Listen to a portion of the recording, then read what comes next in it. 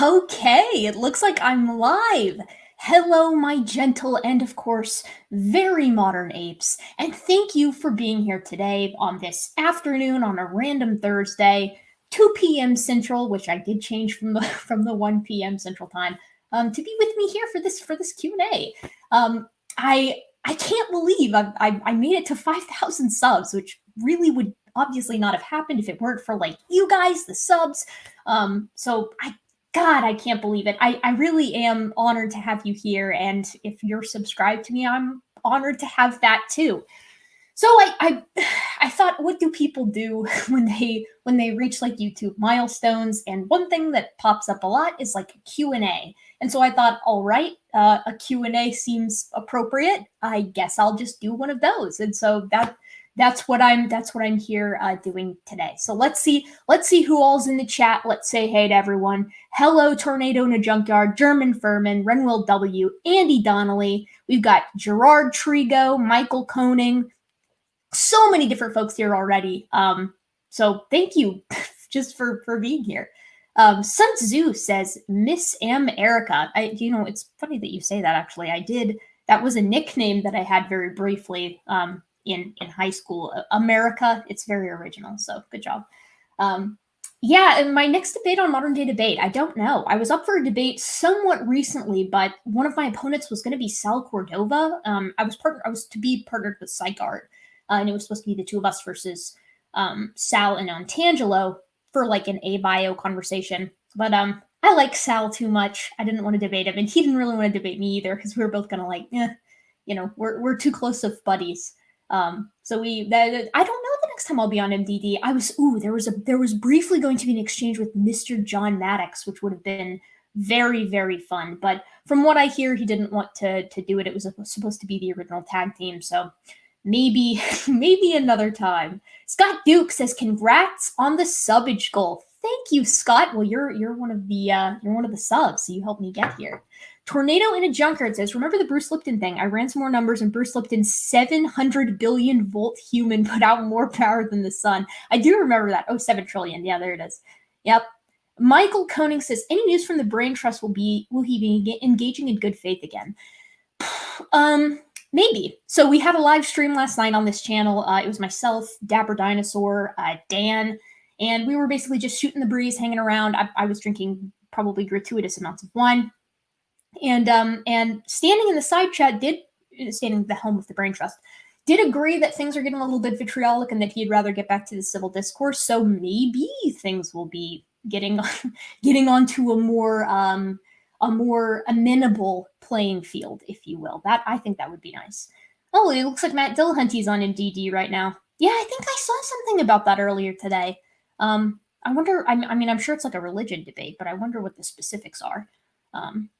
Well, this is a Q&A, so Renwolf W says that was a fun stream. It was a fun stream. I really enjoyed myself. I don't normally indulge in like the just sitting and chatting, because I don't normally have the time. But it was really fun. I was even like out of my normal set. I was like reclining in repose, if you will, in my living room. Okay, Sun Tzu says, Erica, I have a problem with staying focused and disciplined even though I love what I do. Do you have any advice for me? Do not go too hard on yourself. Just because you're passionate about a project doesn't mean that it's not draining. In fact, I would even argue that our passion projects tend to be even more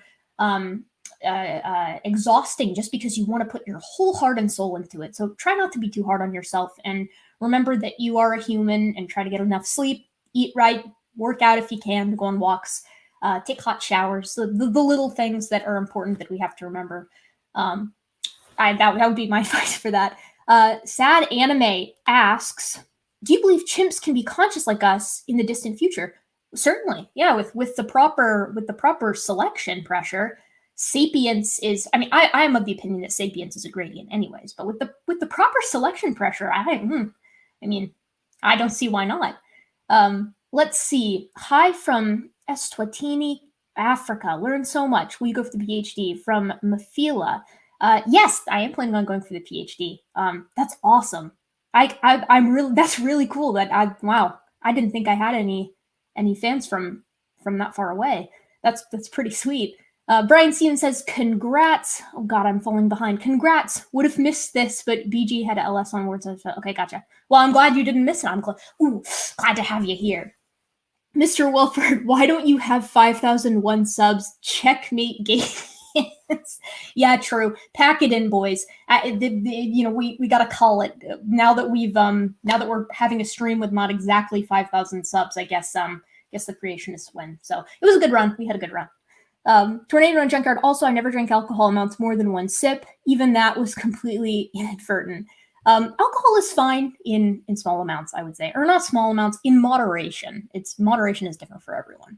Scott Duke says, does your training in primatology allow you to parachute into a group of any given species of primate and become accepted by them? I've never tried it, so I assume yes. Michael Koning, will you be posting more videos on how to use the software you use? Oh man, it depends on if people would be interested in that. I mean, because I use RStudio, and RStudio is like a real pain in the ass to use. I don't know how into that people would be. I'm already considering doing a kind of like light series on anthropology in general, and primatology and like evolutionary biology, and just kind of like, if you never took a course on it in undergrad, if like the extent of your education is like high school, then maybe this is, a series that could help you just kind of get up to date on what the current research is, what folks are currently thinking, and what certain terms mean. Because I've been informed by some close IRL friends of mine that sometimes my videos can get a little terminology heavy, and it would be helpful to have kind of like a baseline series that would be a kind of jumping off point. And I think that's a great idea. I don't know that I'm like super qualified to do that, but I'm going to give it a shot. So maybe, yeah, the answer is maybe. Mr. Rulford says workout. True. Smitty, will raccoons ever evolve into people? I hope so. That would be very, I was under the impression that they're already like little people with their little hands and mischievous tendencies. Tornado Junkyard, I've done every movie night I've appeared on Stone Cold, so that is a impressive task. Gerard Trigo says, I hear you're getting married. Congratulations. Yes, I am. I am engaged. I have a expiration date on my singlehood. Well, I guess I wouldn't even be on my not married hood. Yeah, but I'm really excited about it. It's tough in this time of this time of the century with the whole 20s pandemic going on. It's not a great time to be getting married, so we're kind of pushing that date back till when folks we actually like can make it. As questions are kind of coming in, honestly, I kind of thought this would just be like a hangout, because I'm kind of like talking to you guys, and I'm also just keeping an eye on the chat, and I've got like a side deal that is has a couple of questions that I'm going to get to for like lulz and stuff like that. But you guys are kind of keeping me on my toes. El Spaghetto says, not sure if this has been answered before, but who's responsible for the intro animations in your video? They're cute AF. I do those animations. I used to be a big doodler. There was a time in my life where I was sure I wanted to be an animator, because I thought, this is something that I could be really good at, and I could, really try hard at it. I was practicing all the time. This was like early in high school. And then I was like, animation takes a long time, and storyboards are really more fun anyways. And so I kind of abandoned that whole idea. Plus I got really interested in science and anyways. So I was kind of like, well, when I started the YouTube channel, I was like, well, I still can doodle. I know how to animate. And I was like, I'll do the animations for my own videos with the little Gibbon character. It'll be great. And that's kind of how the intros came to be. If you've seen the 5K video that I put out recently, you can kind of see the evolution, as it were, of those intros. They went from very rudimentary to being like my favorite one, which is the current one. Spartan Theology says, who is your favorite creationist to interact with? Who has the best arguments? Oh man, that's a really good question. My favorite creationist to interact with right now is definitely Sal Cordova. He is very nice. He's an amenable guy, and he also is very honest in like the limitations of kind of his stance. And I think no matter what you believe in or support, whether it's religious or maybe a certain hypothesis that isn't entirely robust yet in the world of science, or just like political stuff, whatever, I think a really important aspect of holding beliefs is being willing to admit when there are limitations to it.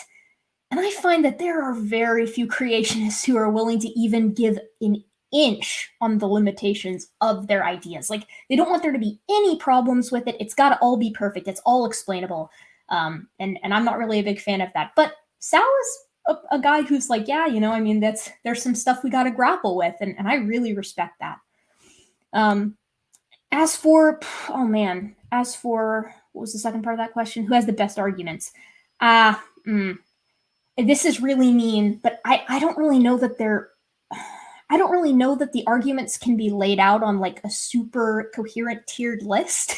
I think most of them are just, they are on a gradient of bad. I will say that. I think the best argument that creationists can really come from is kind of the argument from incredulity, just because it's a really difficult argument to grapple with if you're a patron of conventional science, because there are a lot of things that we don't know yet. And while I think that that's the cool and awesome and based thing about science, folks who aren't really involved in it tend to not think that. They tend to think of that as like a hole in the process. So that's probably the best one rhetorically, because the only response you can really give to that as someone who loves conventional science is like, I don't know what to tell you. Like, if you think something is impossible just because it hasn't been done in its entirety yet, like, for instance, replicating life in a lab, I find that very pessimistic and kind of silly. But nice use of the... Okay, Michael Koenig says, nice use of the electric mind in the intros. Love Tally Hall, love Hawaii Part 2, and the Mind Electric is actually one of my favorite songs, weird-wise speaking, I guess. It's very eclectic. Okay, Balthazar228. First of all, thank you for your super chat. Second of all, will SFT burn out before or after Bensel Sharpener? I'm pretty sure spewing ignorance at that speed is immensely hazardous to your health. Yes, it is very hazardous to your health. As I've said in previous videos, some of the creationist literature, particularly the ones that are in text format, they do exude this like ethereal bubble of ignorance that saps your life force from you, breaking you apart at the molecular level eventually. So yes, it is hazardous to your health. Nestle20 says, I just watched some of the parts of your discussion with Dan and Dapper. I noticed where SFT admitted Jensen is wrong and even implied that Jensen is dishonestly picking an unrooted display in order to hide the fact that the L, M, and N nodes are not separate lineages. That was a riot. Yeah, that was really interesting. That was a really, really neat chat and neat thing to see in the side chat last night. SFT's been really like ranting and raving about that unrooted tree thing from Nathaniel Jensen for quite some time. Nathaniel Jensen, for those of you who maybe don't know, being a creation scientist. And yeah, that was pretty cool of him. I think I'm going to take the optimistic approach and say that he's genuinely come to terms with that, instead of like him being out of his element with a bunch of people who are like poised and ready to call him out for steadfastly refusing to see the problems with it and not wanting to look bad in front of the chat, because you guys are indeed very a very intimidating chat. Very too much intelligence in one place. That's the kind of audience I draw naturally. Yeah, that was cool. I liked that, Ness. Like, we'll see if that holds up. Scott Duke says, when I'm done with Mama's Last Hug on Audible, what other primate-related recommendations do you have perchance? It depends on what you're into. If you like the stuff that's in Mama's Last Hug, the Franz de Waal stuff, there are other excellent works by him. Franz de Waal has a lot of stuff on like chimpanzee politics, cognition in most animal species, things like that. If you want something more technical, I've got a book that's called Studying Primates by Setchel, and it's basically just like, if you want to know the field and like how it works, it's a pretty good intro text for that. As for other primatology stuff, I gotta recommend Girl is in the Mist, just because Diane Fossey is really, really cool. And I think Ian Redmond has a book out too. He worked with Fossey, so recommending both of those. Jordan Kareem says, I agree, Sal is great. Yeah, Sal is great. All right, Jordan Kareem says, have you heard of the game Ancestors: The Humankind Odyssey? Yes, I have heard of that game. I have this idea for maybe a series that I've been kind of bouncing around in my head. I am what you would call a novice gamer. Occasionally I engage in gaming, but I'm certainly not a good gamer, nor do I have the epic gamer moments that are required for someone to consider themselves a streamer. That being said, I think it would be really, really fun to play Ancestors, the Humankind Odyssey, and at least record parts of it, because I've seen it and it looks really fun. It looks very punishing, but I would like to play that and see what I think. I know there was some discourse on the Ancestors, a Humankind Odyssey subreddit when the recent work by Machiavelli came out about Sahelanthropus chilensis, because apparently you start out as Sahelanthropus chilensis, but I would love to play that. I don't know. Is streaming, would you guys is watching me do gamer shit like off the table? I would imagine yes. Ness look 20. Yeah, SFT is indeed rambling on the yeah. Yeah, we'll see. I had a conversation with SFT over 2 years ago. Progress is slow with these guys. Yeah.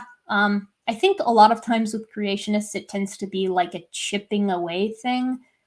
If the chipping away ever really does kind of cement itself. I don't know that it always does, but I mean, you're never going to change someone's mind on the spot.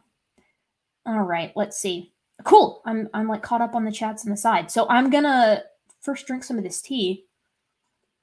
And I have some other questions from the community post from the other day that I will also kind of just go through.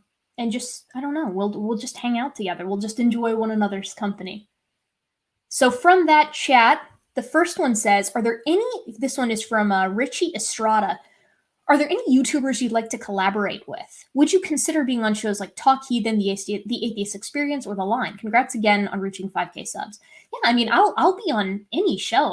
God, you guys know how I love to monologue. I get me in front of a microphone and I will talk nonstop. And with this nasally voice, it can be a detriment to your health if you listen for too long. Yeah, I'd go on those shows. If I could collaborate with any YouTuber, I'd probably pick some of the paleo YouTubers like Benji Thomas or Henry the Paleo Guy. I really like their stuff. I think it would be really fun to just nerd out with folks who study that stuff. The dream would be something on the scale of like PBS Eons, or once I have like my degree, I can come up and be like, here's why the Miocene apes are really cool. But, you know, pipe dream stuff. I also think it'd be fun to like hop on like a cryptid skeptic channel at some point. I think Trey the Explainer does some cryptid stuff and like talk about cryptids, because I think cryptids are like a guilty pleasure of mine. I think they're really weird and goofy and are just really fun to talk about. So I would love doing that. Balthazar 228, thank you for your donation. Do we have any evidence of overlapping early hominids discriminating against each other? Or discriminating against other species of early hominids? I get the feeling that paleoconservatives might get a kick out of some ape no state. That's actually really funny. I don't think we've got any support for that. And the reason why I don't think we probably will is because even today, chimpanzees and gorillas can overlap, and have overlapped in the past as well with regard to their habitats. And they generally get along pretty okay. That being said, it is really interesting that after the split between chimpanzees and bonobos by the Congo, right? You have the bonobos, which have this very egalitarian-like society because they're not exposed to any other like large great apes. They're not surrounded by gorillas, and thus they're capable of having this egalitarian kind of setup going on. But then you've got the chimps who were exposed to the gorillas, and they're very warlike and aggressive. And the reason I'm putting it that way is because some do posit that that's the reason, that the presence of other larger, scarier, meaner primates in some sense lended itself to this attitude that chimps still hold that bonobos don't. So I don't know. I mean, I think there probably would have been some. If it was going to be between anyone, I would imagine it would either be between like the paranthropines and some of the australopiths, like the gracile australopiths, like Afarensis and Africanus. But even then, I don't know that there would be anything like super duper organized and concentrated. Now you get into like the Middle Earth hypothesis, right? Where you've got, you know, several different kinds of hominins living at the same time: Neanderthals, Erectus, Denisovans, Naledi, Luzonensis, Floresiensis, and I find it hard to imagine that everyone's going to get along all the time. We already know that humans and anatomically archaic humans and Neanderthals had like run-ins, but I don't think that they were as violent as we originally imagined them to be. So I don't know. It's a toss-up. Human nature is weird. We'll see though. I hope that was a sufficient answer. It was very it was very like gestury and speculative. Sun Tzu, is there a Gutsy Gibbon subreddit? There is not. But if we do reach 10K by the end of 2021, maybe we will do a subreddit. Weren't you on Truth Wanted, Gutsy Gibbon? Yes, I was. Yeah, objectively, Dan is great. I'm pals with him on Twitter. Every now and again, we have a banter on there. Let's see. Mikhail Koning again. If you do appear on Eons, be prepared for the puns. That's a given. Ha! The reason I want to be on Eons is because I'm ready for the puns. We're going to be making banana puns, right? Because we're dealing with Miocene apes, and I promise they'll be very appealing. You can unsub. The button's right there. All right. What do we got next? Okay. Over on the other page, from Deliberate Dendrite. That's a cool. I'm all about the alliteration names. What do you think about the ethics that are being taught in science education, be it research ethics or the ethics of the practical applications of new findings? Oh man, you guys ask good questions. I think that's going to be a big fat it depends from me. I mean, ethics are one thing that you really do have to weigh with like cost benefit analysis. Like, I hate the idea that we do biological testing on primates, and very specifically some of your old world monkeys and upward, just because we know what they're capable of kind of understanding. So I hate that. I hate that biomedical research happens. At the same time, I have to weigh that in my head with the fact that, like, because we are primates, they are like very, very good model organisms for testing, drugs that could potentially save millions, if not billions, of human lives down the line.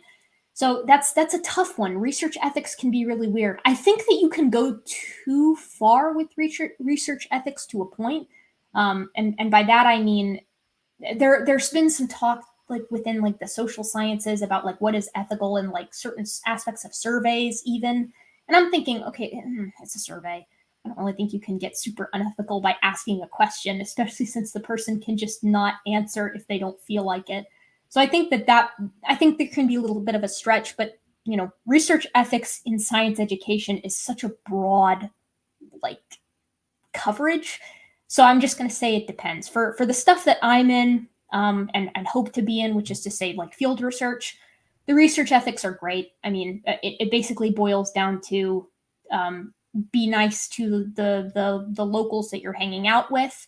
Don't make the mistake of essentially hoisting that local economy on your like foreign dollars, because that can be really dicey too.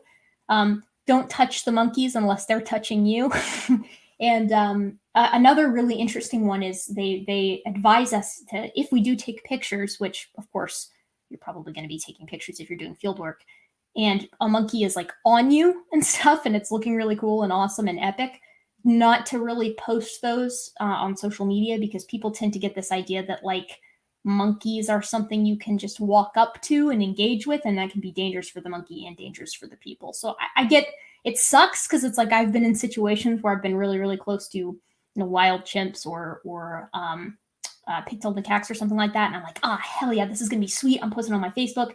But you think about it, and it's like you really don't want to give people the wrong idea with what conservation is. And particularly, there are a lot of like Insta videos out there that really hype up the idea of having like a monkey as a pet. You don't want to have a monkey as a pet, and a monkey does not want to be your pet. They're wild animals with a high level of cognition, and not only will they destroy your house, but like that's horrible for their psyche. Good question. Sorry for the rambling. Okay, let me hop back over here and see what's going on. Okay, Discord incoming from Balthazar 228. I don't know. Would a Discord be something that like people would do? What's like the size you have to be to do a Discord? Is that like a I don't know. Is there a demand for the Is there a demand for a Discord? Tornado in a Junkyard. Anyways, I must be heading off. Okay, thank you for being here, Tornado in a Junkyard. I do appreciate it. All right, what else? Okay, from David Neff. Oh, David Neff's not here. He's not going to be here for the question. How did you get your super awesome animation introduction? I made it. And 2, what is your favorite primate? That's a tough one. Shoot. My favorite primate. God, there's so many good ones. Obviously, gibbons are really up there, and I would have to say a Lar gibbon. I think Lar gibbons are kind of one of the sillier of the gibbons, and I've interacted with Lar gibbons before, decently up close. I was when I was doing my undergrad research at a research facility in Thailand, in a place called it was in the Nakhon Ratchasima province, and I worked at a Sakharat environmental research station. I had the opportunity to go and work for just a few days at the zoo in Nakhon Ratchasima province. And they had this group of gibbons, of Lar gibbons, that were being kept in quarantine there for the time being, because obviously they'd come from the wild and they didn't want to introduce them to all of the other gibbons without seeing first if they were like chill and also not sick. And you know, it's a Thai zoo, which they're pretty good, but the quarantine wasn't great. It was this kind of like large wire cage that was pretty tall, and the gibbons could get around pretty well in it, but they didn't have a ton of room. And so I'm thinking to myself, oh man, like these gibbons are so cool. And I walk over to the cage, and I'm sitting down real close to it, and I've got, my researcher wide brim hat on and my camera on my neck. And this female, this buff colored female, she comes down from the top of the enclosure, and she's sitting like right behind the wires of the cage, and she sticks her hand through the cage and puts it on my knee. And I'm thinking, holy shit, this is so cool. This is like my Jane Goodall moment. This is amazing. Oh my God, I'm going to remember this forever. And I look at her, right, and we're making eye contact, and I'm like, this is insane. Like, we're two primates regarding each other. And this bitch reaches up, grabs my hat, yanks it through the bars of the cage, and scurries to the top of the enclosure, where she starts ripping it apart with her teeth. And I think to myself, I have just been duped by the superior primate. So I was lured in by the promise of a Jane Goodall, Diane Fossey moment. And I guess these gibbons encounter enough humans that they know humans want to get a closer look, and then they like snatch whatever cool stuff you've got and flee to the top. I did get the hat back, but I had to wait until she stopped being interested in it and dropped it on the ground, and then there were a bunch of bite marks in it and a few pieces missing. And man, gibbons are strong too. So I gotta say, Lar gibbons, because of a personal fun experience. Close second would probably be probably a tie between generally genus Pan, because I like genus Pan, so I just think they're cool, and Vervet Monkeys. I really like Vervet Monkeys. My second personal primate experience, I've had 3 very personal primate experiences with being almost touched by primates or touching them, other primates. And I had a case with a Vervet monkey where I was in Tanzania. I was in Tarangire National Park. That's what it was. I was there doing a study abroad my freshman year in undergrad. I'm chilling. I'm like, we're up at the top of this hill. Me and a bunch of like my colleagues. We'd done this safari. It was really, really cool. And we're all eating our packed lunches. And I walked to the edge, me being fooled consistently by this idea of like a romantic experience, a romanticized experience out in the wild. So I walked to the edge of the fence at the top of this hill where we've stopped to have this picnic lunch. I'm drinking this mango juice box, and these mango juice boxes were killer. They were the kind that was actually from like pureed mangoes, so they weren't like weak sauce juice. It was like more like a mango smoothie. Sitting there drinking my mango juice box, and I look up, and there's a vervet monkey. Chlorocebus aethiops is what the species that I was engaging with was. And we're looking at each other, and I'm like, oh man, this is so sick. Like I'm right by this like vervet, this colony of vervets. And while I'm looking at this vervet, a second vervet leaps from the trees, lands on the fence, yoinks my mango juice box out of my hands, and shoots back up into the trees, where it proceeds to tear the side of the juice box up and drink it, as if it were a small cup. And I was like, damn, that's really cool. But it was that does count as like one of 2 times that I've been outsmarted by what is supposed to be a lesser primate. So vervets, genus Pan, gibbons. That's my long-winded answer. Ed Junker says, what is your dream Sunday? Oh man, my dream Sunday. It depends on the season. Right now, because it's winter, my dream Sunday would be too much snow on the ground, a roaring fire, some warm coffee, and a really nice book to read with my dogs like surrounding me. That would be my dream Sunday currently. What else do we have? Okay, since I probably from SSJ Ray Kaj, since I probably won't be able to make it, I'll leave my question here. What's your favorite hominid? What is your favorite piece of evidence that you use against young Earth creationists for evolution? And finally, how's your day going? Laughing face. Epic question. Okay, this is epic. But yeah, favorite hominid. Hominid would I actually still, I think my favorite hominid is Ardipithecus ramidus. I love Artie. I think it's a really weird, kind of bizarre hominin and hominid, just because what we know about its locomotion suggests that it was kind of awkward on 2 feet.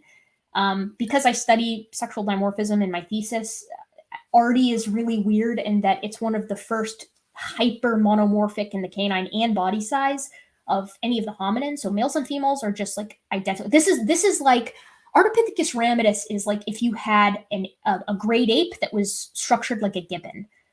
Awkward on 2 feet. Males and females look identical to one another, and because of that, there's some inferred monogamy going on there.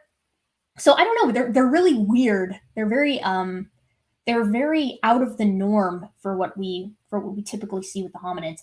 But I also really like Afropithecus, which is a Miocene ape that they had these big honking canine teeth, both sexes did.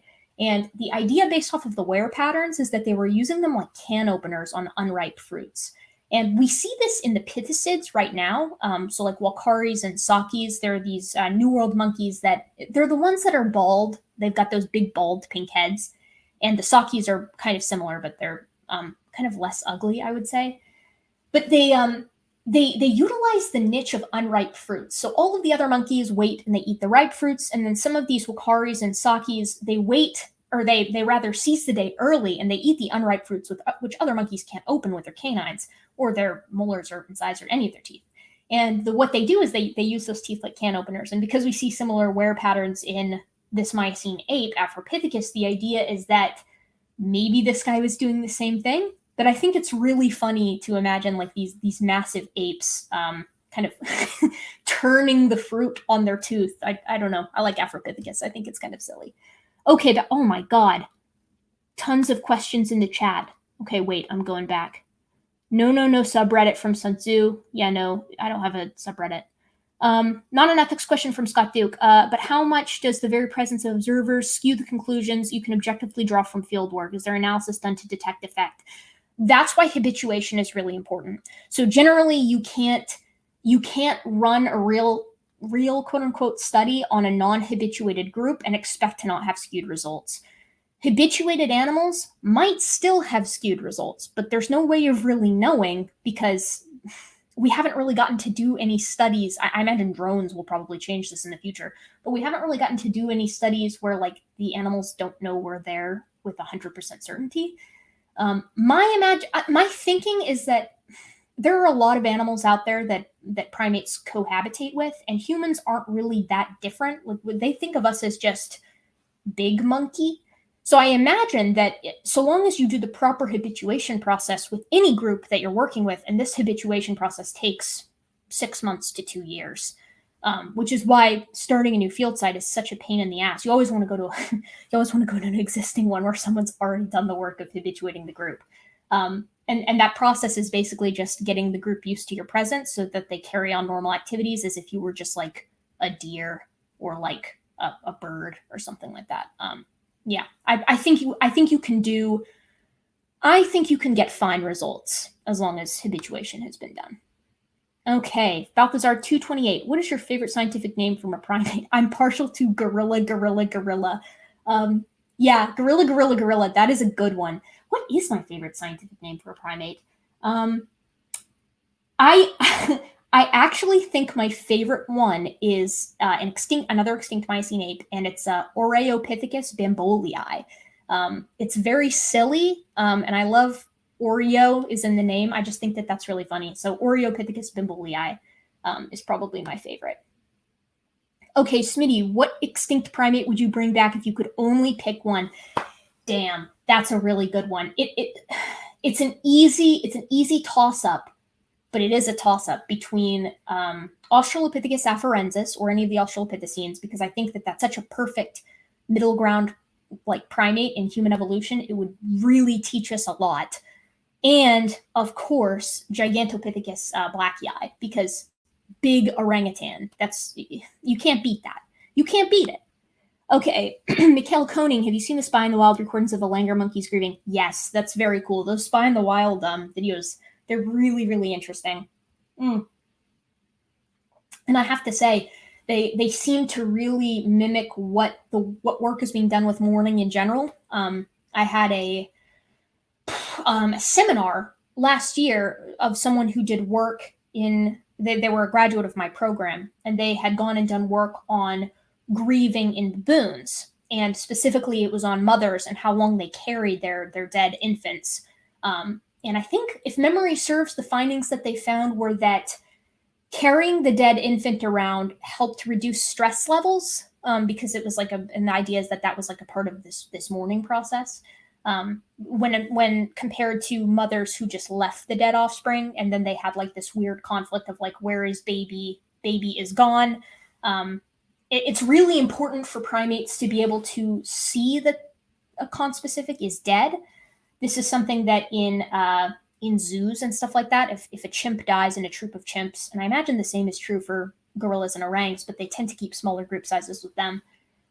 Typically, keepers will like allow the other members of the troop to come up and see the dead member, so that they can kind of cope with that. And the stress levels, the reason again is because the stress levels are actually lower if they can see what's going on rather than they've just disappeared. Okay, got a given from Bruno 134. Great apes versus big cats. Dude, big cats are so cool, but I'm obviously biased towards great apes. But big cats are dope. Jack Russell, did someone mention canines? Woof woof. I had to lock my canines out of this room because they do this thing where they selectively start getting into like play fights when I'm recording, and it drives me freaking up a wall, because then I have to get up and shut them up or put them outside or whatever, and then they get in fights outside, and it's also loud, and it's just a mess. Sean Cargall, do you have any plans to debate or even mod? I enjoy competent science debaters like yourself. I love debate. I told James that other topics that I think would be really fun to debate, I'd love to have a debate with a climate change denier. I think climate action is like, that's kind of my flagship issue as a voter in the United States of America. I think that's the biggest existential threat facing the species long term. So I would love to debate a climate science denier. I think that would be really fun. I would also be interested. I'm always interested in debating young Earth creationists because I enjoy it. I enjoy the heck out of it. Same with human evolution. I debate an old Earth creationist. I think all of that is pretty fun. I won't ever debate a flat earther again. I won't waste my time. I won't waste your time. But yeah, I mean, James knows that I'm usually like down for a debate. He usually reaches out when someone's up for a chat. Just a walking fish. I talked to Jackson about this the other day. What are your thoughts on de-extinction? Oh God, that's a really, really good question. So like the little kid in me is like, yes, bring back all of the species. But there are some really complicating issues with that. You can really upset an ecosystem by introducing a new species, and because no species have like inherent worth over any others really and truly in ecology, I don't know that you could reasonably like bring back a species that would require an ecosystem around it. I think theoretically what would be dope is to like rent out a bunch of space in northern Canada, clone some mammoths, just a couple of them, and keep them on like a range up there. I think that would be pretty cool because the only thing is then you've got to bring back a bunch of I don't know how that would work though. There's an inherent existential question too that comes with like, where do you draw the line? Like I think bringing back Neanderthals would be really, really, really dicey. It's kind of like the question of like, could humans and chimps hybridize? The answer is probably yes, with assistance. But then you have to ask like, it's the Jeff Goldblum. It's like, you scientists spent so long asking the question of if you could. You didn't ask the question of whether you should. And That's my bad Jeff Goldblum impression. So I don't know. I like it, but that's my answer. Let's see. What else do we got going on here? Flamingo Queen, what do you think of the hypothesis that our ancestors became bipedal because they start to pair bond?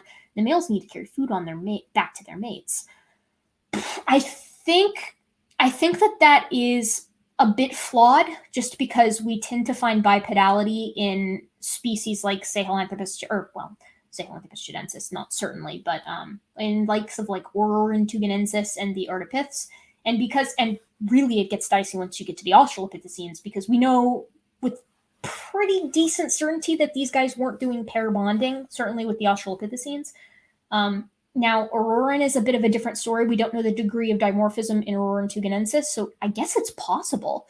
I would suggest no, though, because resource partitioning isn't a thing that happens like in living primates. Like chimp females, in chimps, this is a very good example specifically because common chimps are pretty patriarchal, so your lowest ranked male is probably still going to be ranked above the highest ranked female.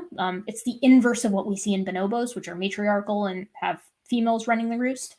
But in both of those species, females still forage, and interestingly enough, in female chimps, they still hunt, and sometimes they will hunt alone, with spears, if you will, that they've sharpened with their teeth to like skewer bush babies and stuff like that.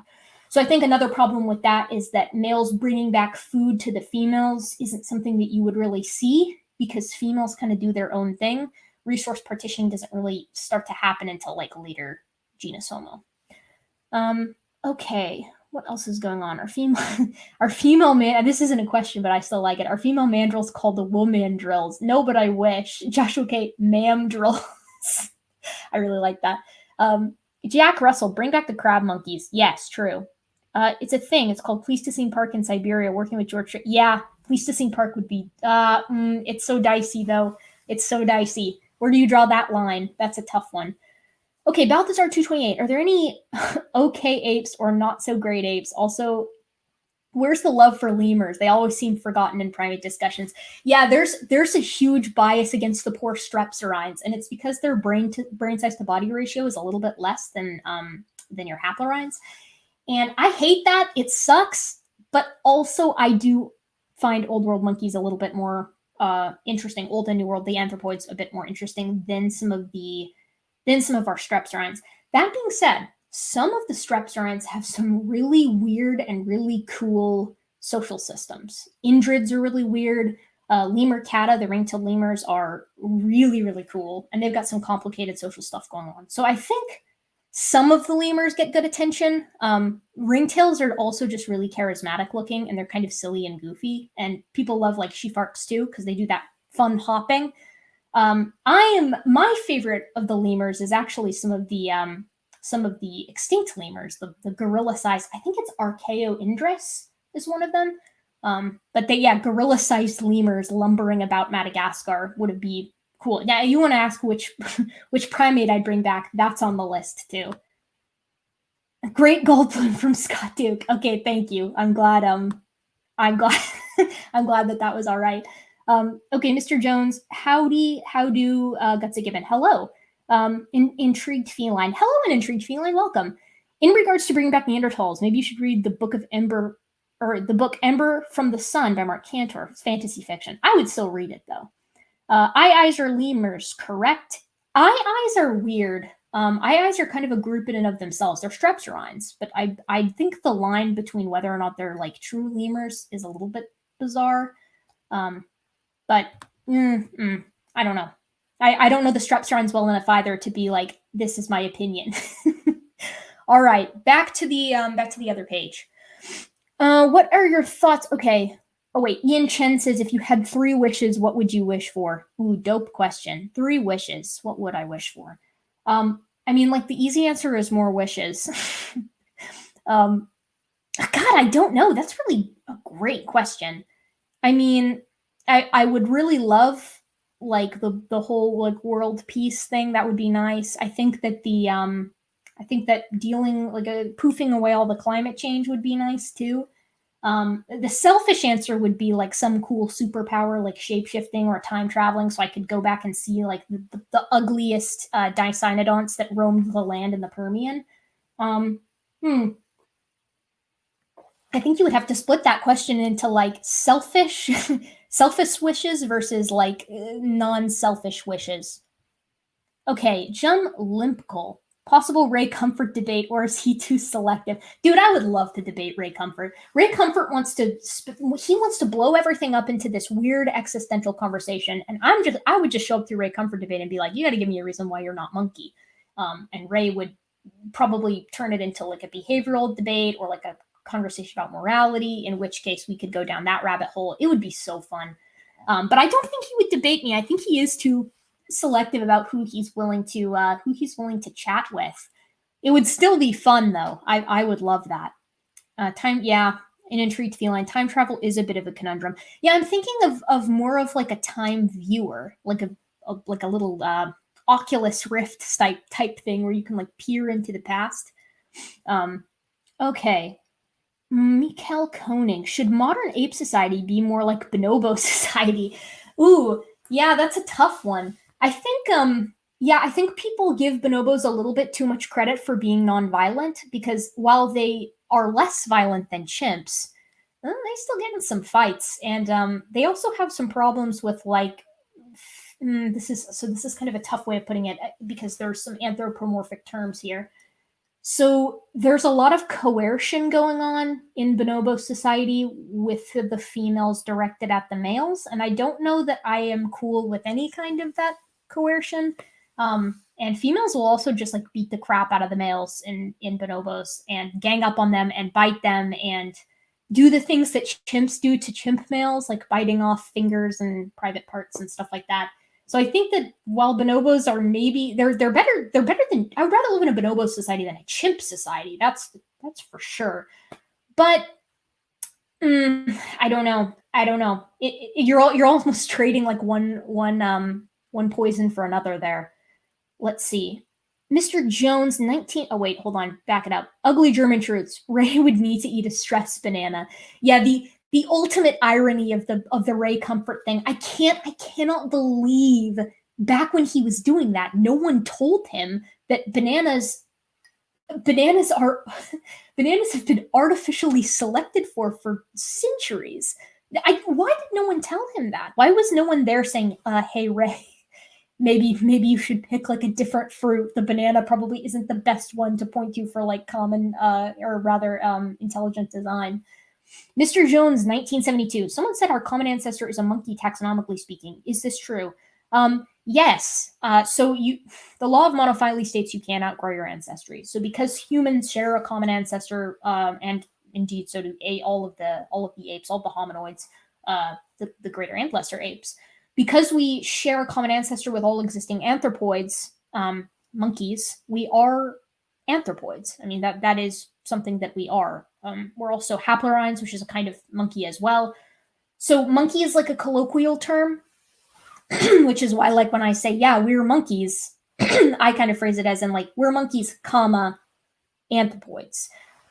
So, yeah, I would say yes, taxonomically speaking, certainly, in the same way that we're mammals, in the same way that we're vertebrates and eukaryotes and all of that.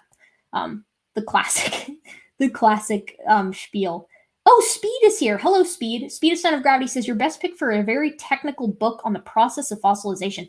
I actually haven't read any literature on or any technical literature on the process of mineralization in fossils. You might want to pick the brain of like Dapper for that, but I know Donald Prothero does a lot of stuff with fossils in general, so you could probably reach out to him. I think Jackson Wheats had him on his channel. Scott Duke, when you get the time traveling powers, tell me how you'd navigate to the exact spot, not end up floating in space might be a problem. This is why the viewer is what we're doing. This is why the Oculus Rift time traveling viewer is what we actually want. Thinbox Dictator, you are too likable for debating people who only work with the feeling audience. If I do say so myself, I'm pretty good at diffusing wacky debaters.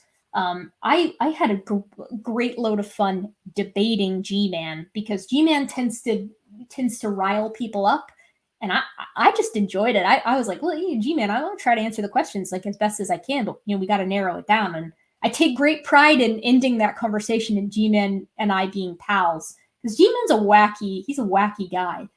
But there are folks out there who, unfortunately, even my nefarious powers of of beguiling patience, to call back last night, that cannot soothe the savage beasts, and usually that ends up being flat earthers like Nathan Thompson.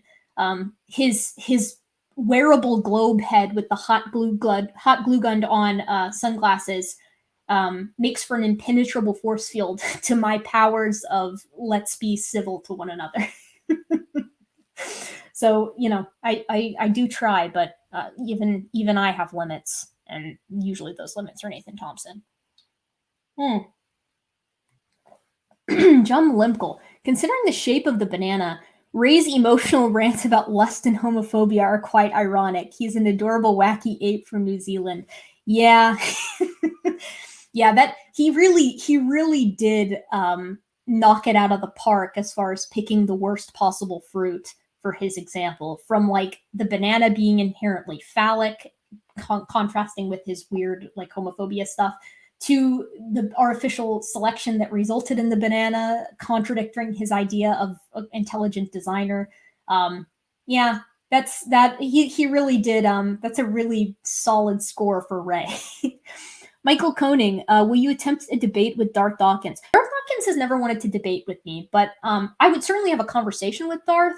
I think a lot of his problems tend to boil down to the same thing that like Mr. Batman does, which is they want to bring it back to like how did matter like come into being and time and like all that stuff. And that's just not a conversation that I really give a shit about having. So while I would, yes, I would absolutely sit down with Darth and have a convo, I don't think it would be a very productive one. Brainbuck, no wine today. I've actually got a bit of a headache from my wine consumption last night. Wine always gives me a headache. I can't remember the last time. I'm almost 25, and so I'm losing my ability to quickly recover from a hangover very slowly. But wine has even in my youth, my more intense youth, wine has always made me hungover. It's so sweet. Scott Duke, what is your favorite oxymoron? Creation science. Okay, let's see. What else do we got going on here? Stay away from the flurfs from Andy. Yeah. The flurfs, the gag that I've made about the young Earth creationist literature and the force field of degradatory ignorance that has on like the white matter of your brain. I think that that's actually even more intense for the flat earthers. Dapper Dino, who was on my channel last night for a fun conversation, he put it the best. He said, creation scientists, or that is to say young earth creationists, are flat earthers with a better understanding of geography. And I think that that is true, because at least with young earth creationists, you can usually be like, hey, at least no one here is a flat earther. I can't think of anything that I could agree on with Nathan Thompson, right? Like he thinks space is fake. So I really just I don't know. Yeah, I think that you're right on that one. You got to stay away from the flat earthers. The Venerable BD. I never get hangovers because I stay hydrated. So I try to do that too. And I drank a ton of water last night, man. I was drinking, and I'm drinking the big cups. I got the big Slims Chickens cups of water that I'm drinking. And after that stream, I stayed up late watching TV and drinking water and trying to like prevent the inevitable hangover. But unfortunately, again, my ancient age is catching up with me, I think. Scott Tube, do you like fedoras? If so, would you model it if it's handy? Fedoras, oh my god. I love fedoras, but I think my love for them my love for fedoras has become something of an ironic thing. I think they're very funny. Kenny, favorite gorilla song? Oh god. Oh god. Melancholy Hill is a classic. I also love Demon Days, the song. I think the intro for Demon Days is really cool. I also love November Has Come. And in the recent albums from like the Now to Song Machine. In Song Machine, I think my favorite is Pac-Man. And I think in the Now Now, my favorite is, I think this is from the Now Now. Music City, or Magic City, rather, I think. I think Bede, not BD. Okay, sorry, the venerable Bede. I apologize, please. I'm almost 25 too, so IDK girl. Yeah, dude. I guess you're just you are a superior form of ape to me, one that can handle fermented fruit drink much better, I suppose. From Andreas, if you could have one bodily change towards monkey, which would you prefer? A tail, hand, feet, or fur? Oh man, between those, okay, it depends on what kind of tail, because if we could steal the platyrrhine tail, that prehensile tail, that's easy. I'd pick the tail. Unfortunately, I think if we're returning to monkey, that is to say returning to a past form of monkey that we have in our lineage, we're not going to get that prehensile tail, so it's going to be like the shitty bent tail that baboons and macaques have. If that's the case, I'm picking hand feet, because I think hand feet would at least be a step up from fur. Fur is just going to be a complicating factor. I think as much as I love the whole fur thing, I think if I could pick, I'm definitely going with hand feet. Andy Donnelly, all things in moderation, including moderation. True, and also crab monkey. Yeah, crab monkey is is a fantasy, but one day maybe we can reach crab monkey. The Graymen, do any apes sing or make music? Yeah, gorillas hum while they eat. They engage in like group humming sessions. There's some really cute videos out there of the gorillas sitting there, going while they're eating, and it's tied to like high levels of contentment and satisfaction with them. Jack Russell, a favorite band in my youth was the Monkeys, showing my age. The Monkeys are awesome. Listen, you don't have to be any specific age to love the Monkeys. Also, growing up, my favorite band was the Beatles. I still love the Beatles because my dad is a big Beatles fan. What is your opinion on Michael Cramo's work, Forbidden Archaeology? I haven't looked into that, but I think now I want to. Arpit, thank you. John Limkel, how are you capable of always staying calm in debates with the likes of Hovind and G-Man? Because I'm really not there to fight. I honestly, I have so much fun kind of trying to figure out where the other person is coming from, and honestly just engaging in that kind of conversation. That I stay calm because I'm enjoying myself. And I think getting angry only ups the tension for everyone involved. And it makes for a very unpleasant conversation. Like, again, chatting with Nathan Thompson isn't fun, not just because he's a moron, but because he's a rude moron. Like those two things together make for a very potent combination that isn't fun for me. You can have one or the other, but not both. Not both. Rude and moron are something that that's no likey that. Kane Wilson, if Sasquatch was real, would you argue for extinct Gigantopithecus or an extinct branch from recent human evolution or something else? If Bigfoot was shown to be real, my best guess, which is so ridiculously out of left field, and I don't think there's any support for it, my guess would be some kind of paranthropine that had managed to make its way over to North America and somehow survive. I have no idea how that would work. I have no idea why it would leave no trace of itself in the form of corpses or fossils or scat or anything like that, never having managed to catch itself on camera in a meaningful way. But that would be my guess. If someone were like, holy cow, we found Bigfoot, my first guess would be like, maybe it's a paranthropine that's managed to late survive in a small pocketed population. Even that is tough, though, because it would have to be heavily adapted to a completely different environment than the one it evolved in. The genus Paranthropus is typically adapted to eating hard nuts and tubers and things like that from the arid savanna. I can't see it just chilling out in like the Pacific Northwest. It's like the polar opposite of where it evolved from. So it would have to be some kind of really weird tangential late surviving branch. All that being said, while I will say I am not a Bigfoot believer, which is I'm sure coming as a shock to everyone. I will say the one thing that is very weird is the Patterson-Gimlin film, and I think it's weird exclusively for the examinations that have been done on the intermembranal index by like biomechanics labs. And they're like, this is really weird. The ratio of the arms to the legs is very strange and would be incredibly difficult to pull off via costume. So I am of the opinion that it's probably the best fake out there ever. But it's really weird. It's a weird deal. And maybe it has some, I think some people have argued that the frame rate has a huge impact too on like how we're actually interpreting the locomotion. But I think both the dudes who were there, who like took the film or whatever, like I think there's some shady business that could potentially be going on there. But my whole attention is the fact that the video is for the time that it was shot. Man, that's a good monster costume. And I am inclined to believe that it is a costume rather than like a a late surviving Paranthropus hanging out in the Pacific Northwest.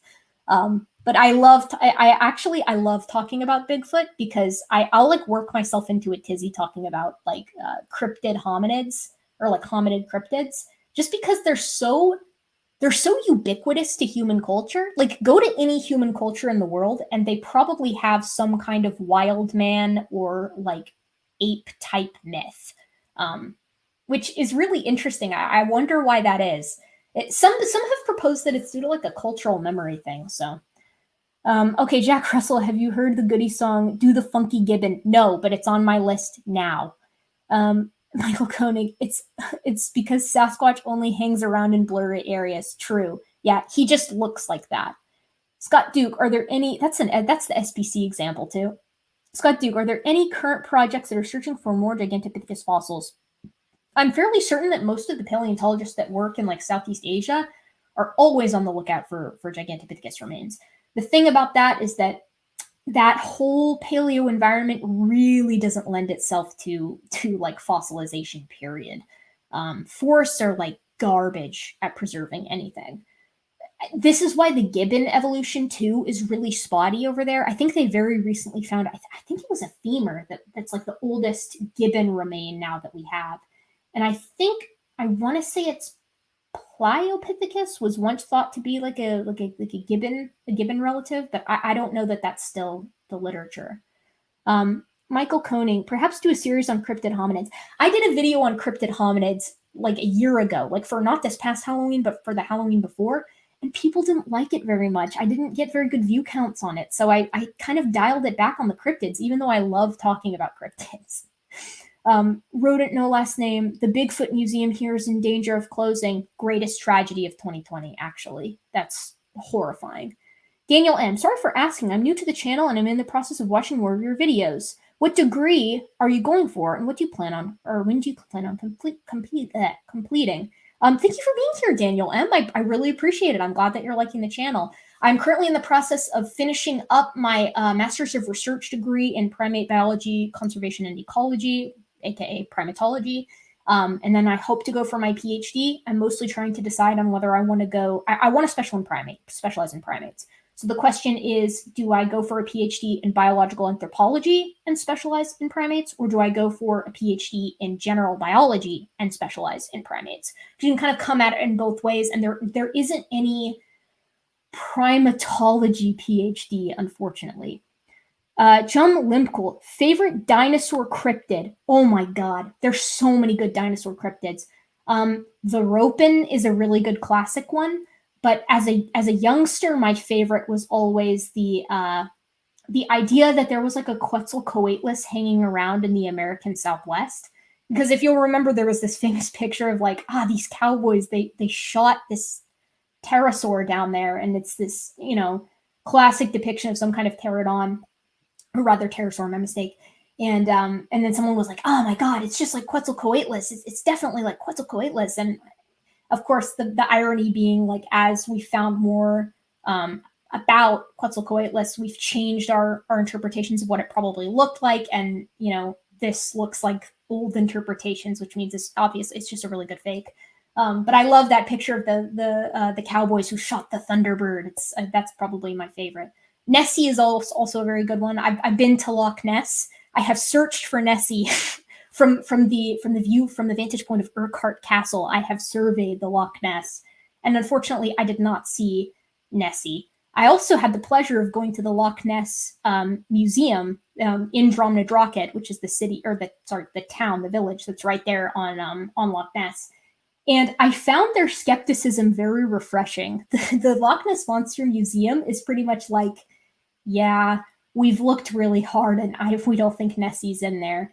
But interestingly enough, there are some very large eels in Loch Ness, which is kind of been thrown out there as like a maybe what's going on with those sightings. Sean Cargill, where do Ewoks fall on the evolutionary tree? Perhaps some kind of either convergent evolution into some kind of small bipedal hominid-like animal from the marsupial branch, like maybe the wombats or something, or maybe a sort of trend towards the more basal from the likes of Homo floresiensis or Homo luzonensis, perhaps. Brainbug, did you know that all the fossils of human evolution can fit into a shoebox? Love that one. That's actually one of my fave tropes. And because we found more and more fossils, that has transitioned, if you will, much like evolution, into, did you know you could fit all the hominid fossils into the back of a pickup truck? I suspect that will continue to grow. Of course, they're always like 20 years behind the 8-ball on that one. Rodent, no last name, no primatology degree, make one. Yeah, I know. Someone really should get on that. But unfortunately, it would be like studying. It's like focusing on any species or order, rather. There tend to not be special. They tend to be limited to specializations within PhDs that are more broad. An intrigued feline, TBH. If my disability were fixed, hearing impaired, don't worry about it. I would love to travel back to 40,000 years ago and meet the last Neanderthals. That would be so cool, dude. That would be so cool and definitely fair. Michael Koenig, just build a bigger shoebox. True. Oh my god. Dude, the geology of Loch Ness is awesome. Yes, the Venerable Bede. It is, 100%. Loch Ness is just dope in general, and the people there are really fun. I loved being in. I took myself and my fiance. We took a train to Inverness, and I was actually planning on doing a Loch Ness monster, or rather overall lake monster cryptid video. But then someone else, I forget who it was, someone else who has a much bigger channel than me, released a lake monster video very close to that time, and I was like, I can't compete with that. But I had like a cool bit where like I had my fiance record us when we were at Urquhart Castle, and I'm like yelling into the wind like, Nessie, where are you? It was a very non-funny gag, but I had a fun time making it. Balthazar228, thank you again for your donation. Do you see the place of hominid discoveries increasing at a rate that would prevent a Dr. Banjo scenario? Feels like everything hypothesized has been found, or everything hypothesized to be found in my youth was found in the last 10 to 15 years. I don't think we'll reach a Dr. Banjo scenario, thank God. I think that as technology increases, or rather improves, we tend to get better geological surveys. And I think those geological surveys often really help us with finding hominids and hominid fossils in general. So yeah, I think we'll continue at the rate that we're currently at, finding more and more and more. Of course, eventually that'll level off, but yeah, I think we're looking pretty good as far as finding more stuff. Rodent, no last name. An old friend didn't go for a master's in geology because she said the rocks were getting too specific. Fair enough. I can't argue with that logic. I think that, okay, Ugly German Truths. I think the reply Tony Reed chose for the pickup truck is, well, at least it's not 2 Olympic-sized swimming pools. Seems not too long before the shoebox will fit the whole Can-Am arc. True. Michael Koenig, if you could open a primate park, spared no expense, a la Jurassic Park, would you do it? Oh my god, yeah, that would be sweet. Opening a primate park would be awesome just because there are so many species out there that are at huge risk of going extinct because of deforestation, habitat loss, things like that. Chimp Haven in Louisiana here in the United States is actually a really, really, really good chimp rehabilitation center. And they've got like, the chimps there have like the life of Riley. I mean, they've got this huge area. It's like the best place that you could put a chimp, short of being back in the wild. So if I could open a primate park, I would totally do it, just for the sheer advent of having a place for primates to be if their habitats go away. And also, yes, if I could resurrect all of the extinct primates, I think my my Jeff Goldblum sensibilities would be overpowered by my my desire, my need, if you will, to see a lot of these really cool Miocene apes in action. So I would be powerless in the face of that kind of technology. Okay, let's see what we got going on back here at the old questions. What are your thoughts on future human speculative evolution? This is from Zero Navarus. If we could ever ascend to the stars, how long could it take before humans from, say, Earth and humans from Mars become unable to breed? Yeah, there's some really interesting thoughts on that. I think that whatever that time frame would look like for reproductive isolation between humans having colonized different planets, it's going to really depend on whether or not selection is still at play. And if that selection has kind of transitioned to, say, being more of an artificial selection, the tastes might vary, right? So, I mean, if you've got humans living on Mars versus humans living on Earth, the difference between the gravity, right, might impact how artificial selection is at play on humans that are being born there to accommodate for new gravitational impact. Things like sunlight, etc. I mean, with Mars too, it's weird because you have to ask the question of like, okay, when we're colonizing places, are we talking about the distant future where we can kind of terraform them? Because then the idea is like we're going to try to make it as close to Earth as possible. So you get into the weeds there with the specifics. I mean, I think inevitably, like if we want to take a really optimistic scenario, right, and we're like, yes, humans, we're doing it. We're going to the stars. We're going to colonize the whole galaxy. It's going to be awesome. And it's going to go on for like the rest of the Stellariferous era of the universe. At some point, I have to imagine that you're going to see some kind of reproductive isolation just from like distance and time happening. But I don't know I don't know what those specifics would look like. It really would depend. Okay, hopping back over. Oh my God. You guys are donating too much. Balthazar is donating too much. Will we ever see an exhibit of the great gamer ape in their natural habitat? I found proof positive of apes all over online gaming. Yes, the epic gamer subspecies of the human ape is really one that warrants more study. So many gamer moments need to be documented. So much sick, like Fortnite collections of kill shots need to be examined with rigor. And really and truly, we do know that the gamer ape is like peak evolution performance for hominids. So yes, we need to be pouring research into the gamer research for sure. Ugly German druids. Wouldn't we ruin the diverging evolution thing by re-interbreeding with humans from another planet time and time again? Yeah, so that's another thing too. I mean, if we're doing artificial selection and like you just want to interbreed with another human type from another planet, I don't know why you wouldn't just like do the whole re-interbreeding thing again. Like you said, it would really, that's why I'm saying it would really depend on the distance and the time that we're looking at. And it would depend on the extremes on each of the planets. Michael Koning, is there intelligent life on Earth? No. Titan Uranus, Rodent no last name. The TV show The Expanse deals with this a bit. Yeah, I've heard of The Expanse. I actually haven't watched it yet. The asteroid belt miners are beginning to morphologically change due to living in 0G, slowly becoming a different species. Yeah, I would imagine that would be quite strange. Interestingly enough, my my favorite of the speculative evolution writers, the absolutely jaw-droppingly impressive Dougal Dixon in his text of texts, his magnum opus, Man After Man, where he presents the weirdest looking ideas for speculative evolution with humans that has been aided in part by genetic engineering.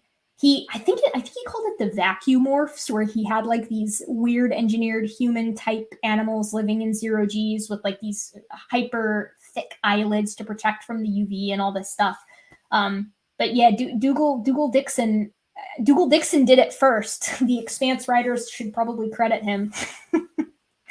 Luca Medungo, sorry, no, sorry, Luca, I butchered your last name. And Luca and I know each other. We have interacted on the very fair, very fun, and very non-vitriolic playing field that was John Maddox's after show one night.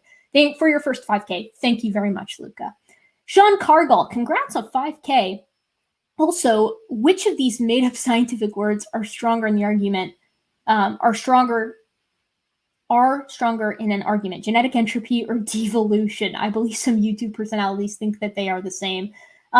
Both of those are like mind-numbingly stupid. It's a total tie. Although I do tend to have more of a knee-jerk hate response for genetic entropy because of the whole like being proposed and sweeping the whole changing the definition of fitness under the rug when it's being proposed. So they'll throw it out there and they'll be like, when considering absolute fitness, and then they just want you to go with it. Yeah, absolute fitness is not the same thing as like fitness in an evolutionary context, and fitness in an evolutionary context, the one that's been used and applied in all of ecology and biology for like the past 150 years. You can't just like pivot and say that's not a good definition. That's the one that works. So yeah, Scott Duke, what is your opinion on the original Planet of the Apes books as compared to the 70s Planet of the Apes movies and more recent Planet of the Apes movies? Please expound on all things Planet of the Apes. Dude, I love the Planet of the Apes. Any kind of Planet of the Apes movies, from the really good ones from the books to the garbage Tim Burton one from like 2001 to the new ones, which I think are excellent. I love all of them for different reasons. The old ones have a kitschy charm to them that I love. The makeup artistry is amazing. The book is fun and weird. So I love them for those reasons. I love the Tim Burton one, which is horrible as a movie, for the sheer absurdity that is the ending with Abraham Lincoln, the Abraham Lincoln being presented as an ape, or as a non-human ape, when our hero makes it back to the present. And I love the new ones because the CG is awesome, Caesar is amazing, the motion capture is awesome, and the story is really good. Jordan, no last name, for coffee, tea, or wine, and watch The Expanse. My dad has been telling me to watch The Expanse, so I'll let him know that there has been additional support for that. Thank you for your donation too. Thinbox Dictator, do you hear Monty Python's Galaxy song when you're in Creations Talks, or is that only in my head? It's in my head too, but I tune it out. It takes a lot of effort, but I've managed to do it. Kane Wilson, would you ever attempt to come up with a working OEC model just to spite young Earth creationism? That would be fun to do. Yeah, I don't mind old Earth creationism nearly as much as young Earth creationism. I think OEC at least deals with the empiricism of an ancient Earth. I think that's like the first step. So yeah, that would be something fun. Out of the movies in the from Eric, if you're taller, hello Eric, welcome. Out of the movies in the new trilogy, The Planet of the Apes, which is your favorite one? My favorite was Dawn of the Planet of the Apes. Oh man, oh dude, all three are so good for different reasons. Dawn is great because of Koba, but the first one is also great because it's got Caesar first, the first coming into his own, and then the last one is good too for completely different reasons. I have to say it's a tie. I normally am a really big hater on James Franco too, and the first Planet of the Apes, Rise of the Planet of the Apes, is like the only movie that I like James Franco. He just seems like such an unlikable dude to me. Maybe he's awesome. I don't know. If the chat has like met James Franco and thinks he's like a cool and based guy, awesome. But I don't know. He seems like an unlikable guy to me. A bunch of people in the side chat saying The Expanse is awesome. Fine. Okay, I will watch The Expanse. I'm going to need a new show here soon, so I will pivot and watch The Expanse. Deal. Let me see. Okay, what else do we have questions-wise? Yeah, it looks like we're pretty caught up over on that main post. We've kind of gone through everything. Let's see, Titan Uranus. RJ was talking about about that last night. How do you get crystal structures that take 100,000 years to form on a 6,000-year-old planet? Dude, Titan Uranus, I'm telling you, the number of things, geologically speaking, the number of lines of support, quote unquote, for an ancient Earth that actively preclude young Earth creationism. I mean, you could fill like 8 to 10 libraries of Alexandria with all of that, and we're talking like single space print and small books. You could fill them easily. Mikhail Koning, is pineapple on pizza evil? Yes. Let's see. A rodent, no last name. There's a So Bad It's Good Japanese Planet of the Apes ripoff called Time of the Apes. It's on my list. Time of the Apes you've already sold me on it. I'm already in. Okay, Scott Duke, you may also want to listen to the Expanse book series on audiobook when you run or walk. The book series is even more awesome. I suspect that would be great. My current running and walking listening setup is pivoting between music, cool podcasts, and unfortunately catching up on Standing for Truth content for whenever he directs something to me specifically. And it is jet fuel for running. That's the nice part. But at the same time, it takes a lot out of me too. It makes the run much more exhausting. I just spilled water on myself for drinking too voraciously. Okay, Andy Donnelly, gotta go. Thank you for being here, Andy. Yes, a pizza purist from Dinuranus, our numbers grow. Yeah, the thing is, so pineapple as a fruit is fine, but I tend to not like, I'm kind of against the idea of too much sweet stuff with the savory that you find in a pizza. Mr. Autopants, pineapple grows nowhere near Italy, so it does not belong on pizza. Fair enough, and Italian pizza is like, sorry, it is like the best pizza. They're the OG pizzeria folks anyways. So if you like pineapple on pizza, put it in your spaghetti to be consistent. True. Yeah. Put your money where you're at, where your mouth is, pizza folks. Oh, Godless Granny is here. Hello. Hello, Gigi. Other Gigi. We're kind of both Gigi, really. Smitty, next you're gonna say you don't like strawberry kiwi pizza. So real talk. If the appeal for pineapple on pizza is like a sweet thing, then it's not conceptually different from covering your pizza with sugar, like sugar cane sugar. If it's a texture thing, that's something I can more get behind. If the appeal of pineapple on pizza is more of like I like the mixture of the different textures, cool. That's fine. I'm just, yeah, if it's a sweet thing, you run into some conceptual problems there, in my opinion. Jack Russell dipping out, no problem. Thank you for being here. Walking, rodent, no last name. Walking and listening to SFT. Never seen someone hate walk before. You'd be surprised, but some of my best times for running are when I'm listening to SFT try to deal with the heat problem, just because I'm like, dude, gets my heart pumping. It activates my fight or flight response. Henry Hansen, anchovies go on pizza. So I'm not a big seafood person, mostly because I'm allergic to shellfish. I didn't used to be. I used to love shellfish, but I can't actually eat them now. I get hives and stuff like that. So I don't have a very like what's the word I'm looking for?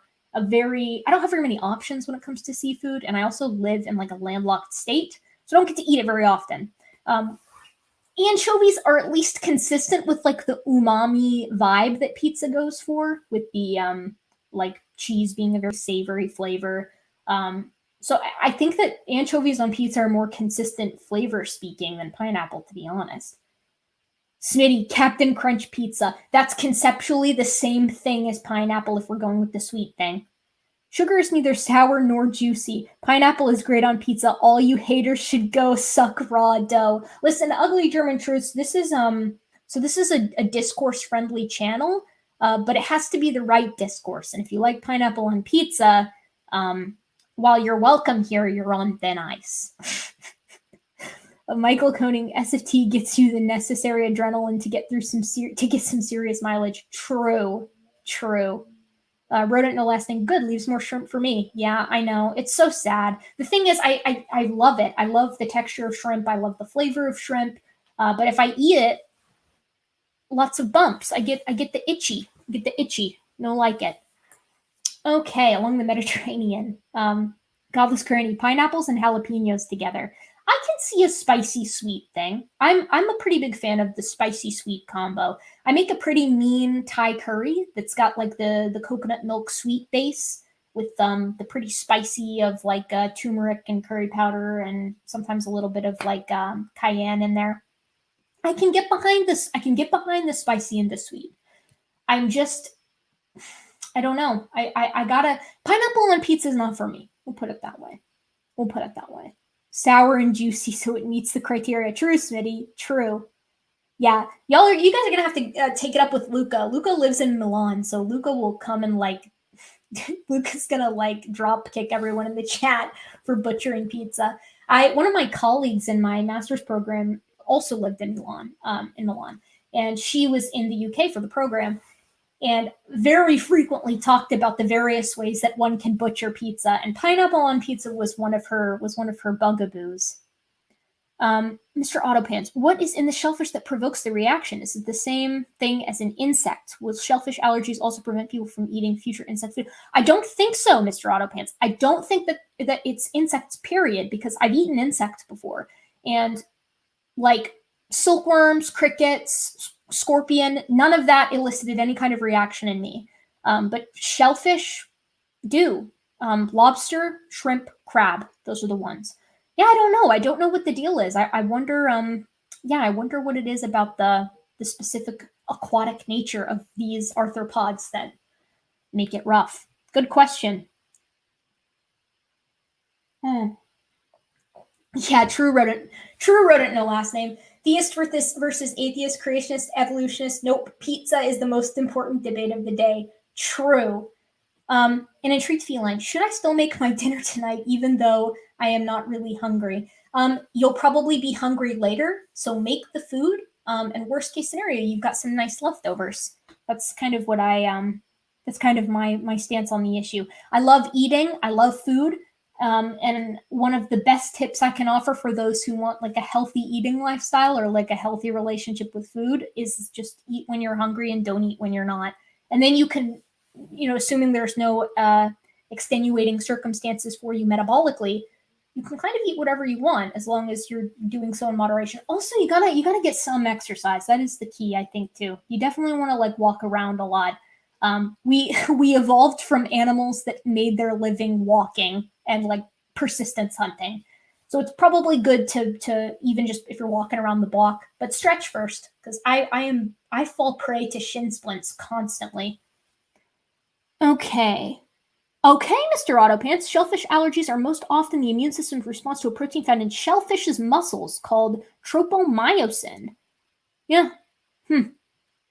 Okay, but yeah, so T-Cat says a friend had a horrible reaction to escargot and was advised to avoid shellfish. So that's a weird thing though, because I can eat mollusks. So I can eat calamari and octopus and I imagine escargot. I've never had snails, but I imagine because they're gastropods, they fall under mollusca.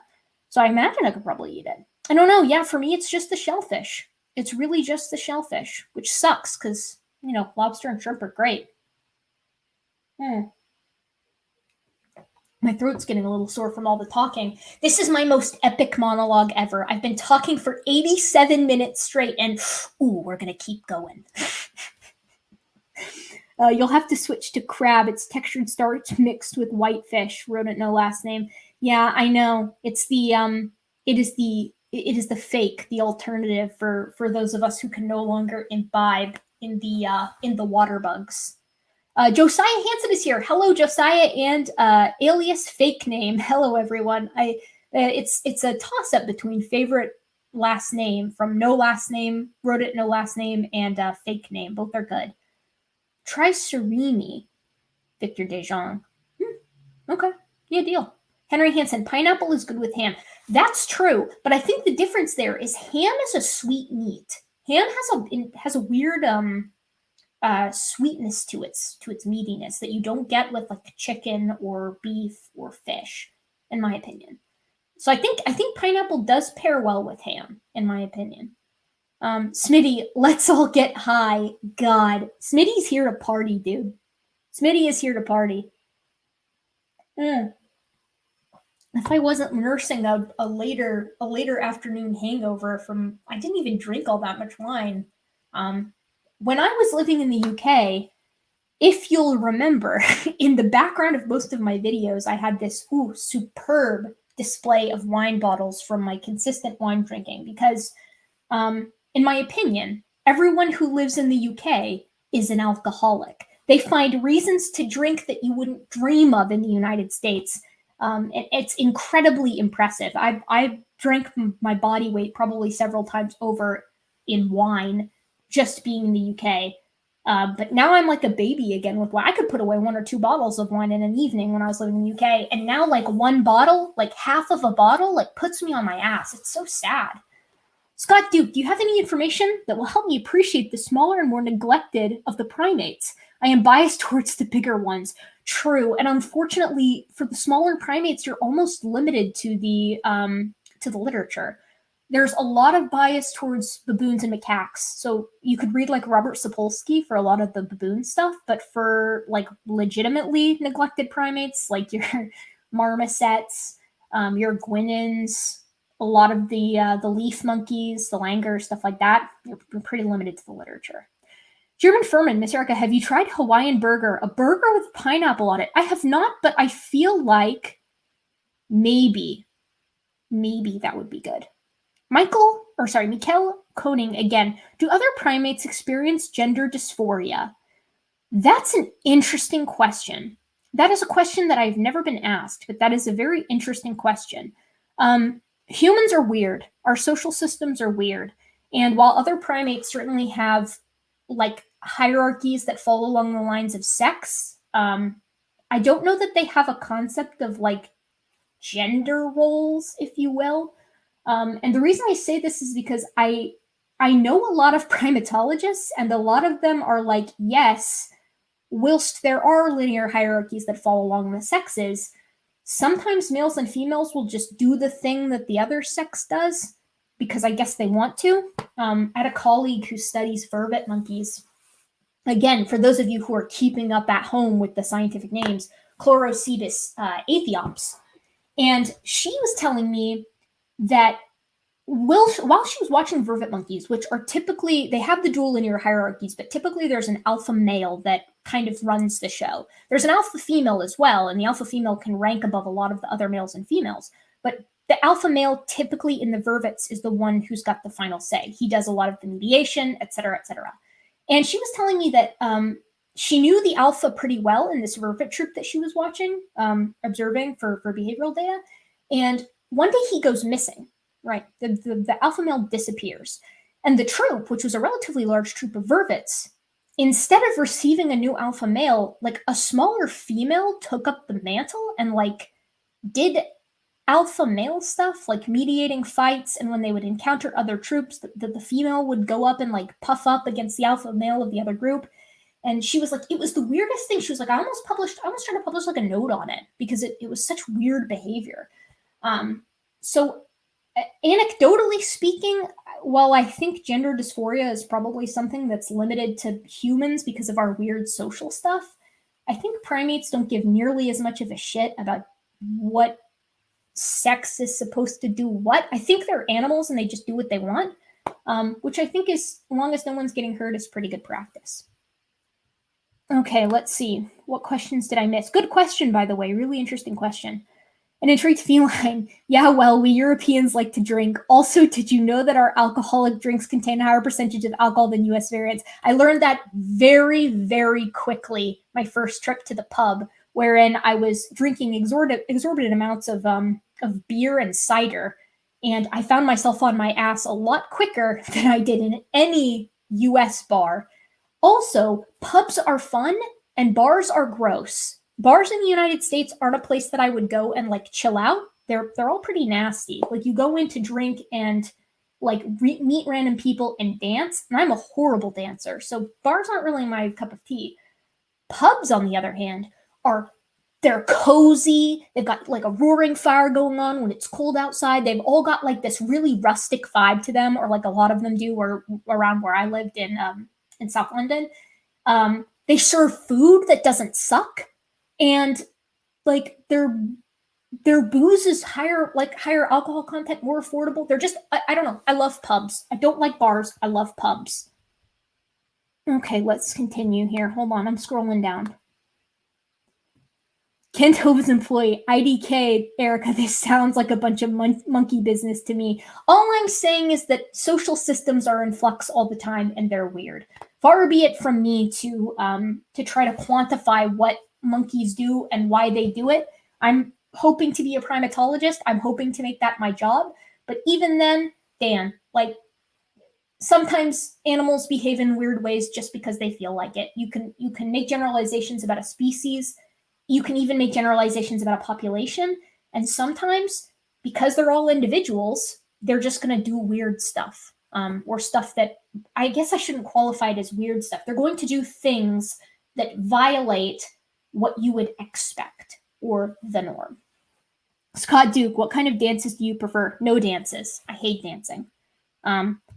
This will come as a shock, perhaps, to to everyone who follows me, but I did show choir in high school at the what's the kind way of putting this? At the demands of my mother, who I have a great relationship with, but she was convinced that this was something that was going to help me when I transferred from a private young earth creationist middle school to a public high school.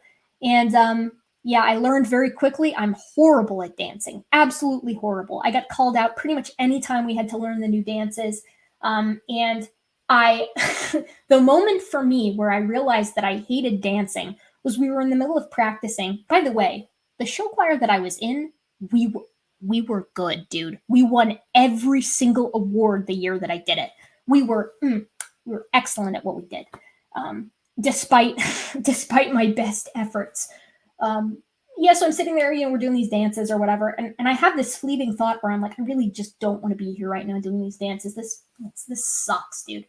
And I'm like, what would I give to not be here in this exact moment? What would I give to not have to be practicing the dance? And I came to the conclusion that like I would let someone like slam my pinky finger with like a mallet if I could just leave the room right now. And I was like, it was a rather morbid series of like thoughts, but I was like, damn, I just really want to get out of here. An intrigued feline. Also, FYI, I don't drink. That's probably good practice, honestly. Yeah, alcohol complicates things. And this, as a side political opinion, which you get almost none of on this channel because politics are weird. But yeah, I think the whole weed being illegal for so long in the United States while alcohol is legal is like a really weird dichotomy. I think alcohol like causes way more net harm. And this is someone, I enjoy alcohol a lot. I think it's very fun in moderation and in social settings. But the fact that like alcohol is legal and basically unrestricted and then weed kind of is ooh, that's kind of weird. That's kind of weird. Okay. Michael, I do this every time. What is the prevalence of superstition in the primate world? Limited to humans. Yeah, limited to humans. I don't even know how you would quantify what superstition is for other primates. I mean, I suppose you could probably link it with the disgust response. I don't think primates are superstitious. At least other primates are superstitious to the extent that humans are, certainly. But you know what though, that it depends on how you define it, because different groups will have different preferences with regard to what they find disgusting. Usually it's cultural though, so that gets into the weeds there too. Let's see, Mr. Autopants. I think we should lower the drinking age in the US because then my kids don't have to learn how to drink from idiots at college. Dude, so true. My parents were of the opinion where they were like, you're in high school and you're probably going to drink in high school, which, yes, that did occur for me. And they were like, just do it at home, like where we can make sure that you're not going to get yourself killed. It's probably better to learn how to drink in moderation from like folks that you trust.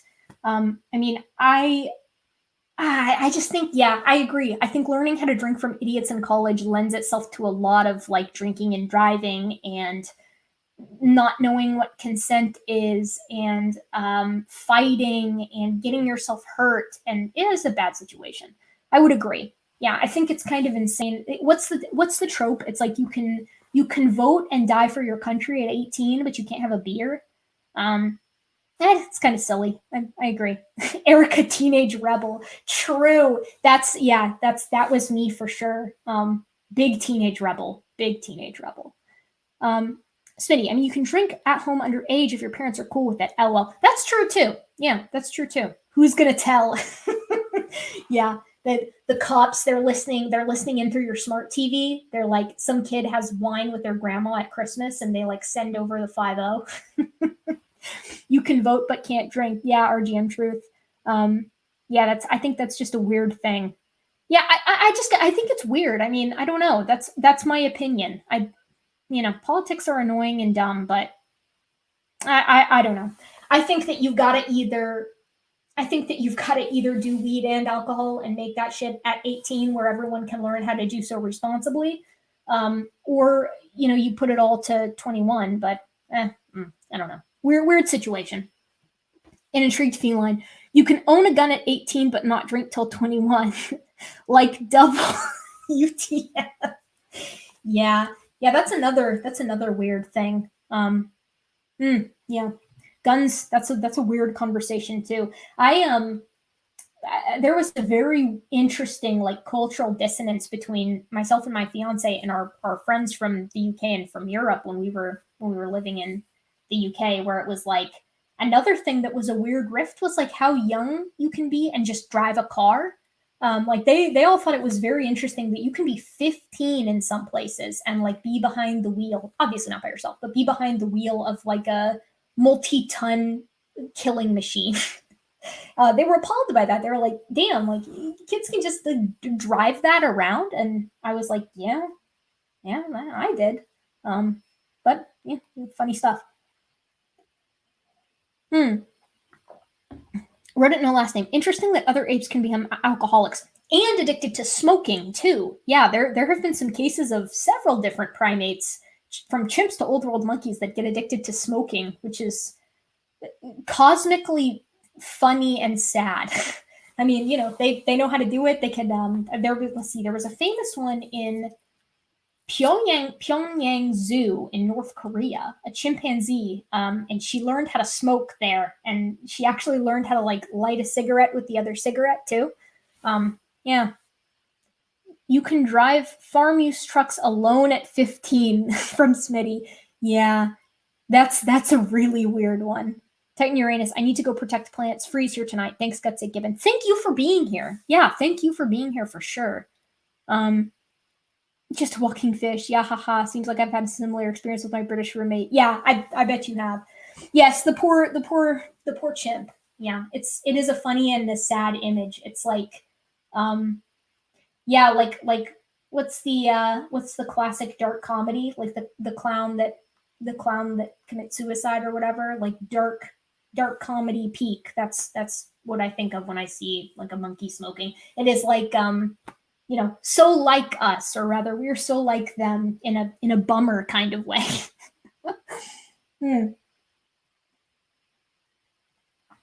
Well, what else do we want to chat about? This has been really fun for me. I've really enjoyed myself. I've just been chatting with the chat. You guys are all awesome. You make this more fun than I can ever say. I really I enjoyed the hell out of this. Maybe we'll do more chats like this more often. I don't know. I was kicking around an idea of doing a weekly stream, kind of similar to this or what we did last night. I don't know. Is that something that would be fun? I had some votes on it. People seemed interested. I think it could be enjoyable. I think probably it's better practice to have more people rather than just me here. Just because there's more people bopping things around. Scott Duke, what is your favorite Christmas tradition? Oh, what is my favorite Christmas tradition? Probably. I have a funny one, and I have a lame one. The lame one that's the classic is that me and my folks always put up the Christmas tree. I find myself at home for most Christmases. We put up the Christmas tree, and me and my parents and my sister, we have our specific ornaments that only we get to put up.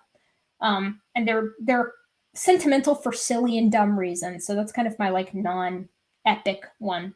But my epic and based one is my sister grew up and she was really afraid of the Teenage Mutant Ninja Turtles.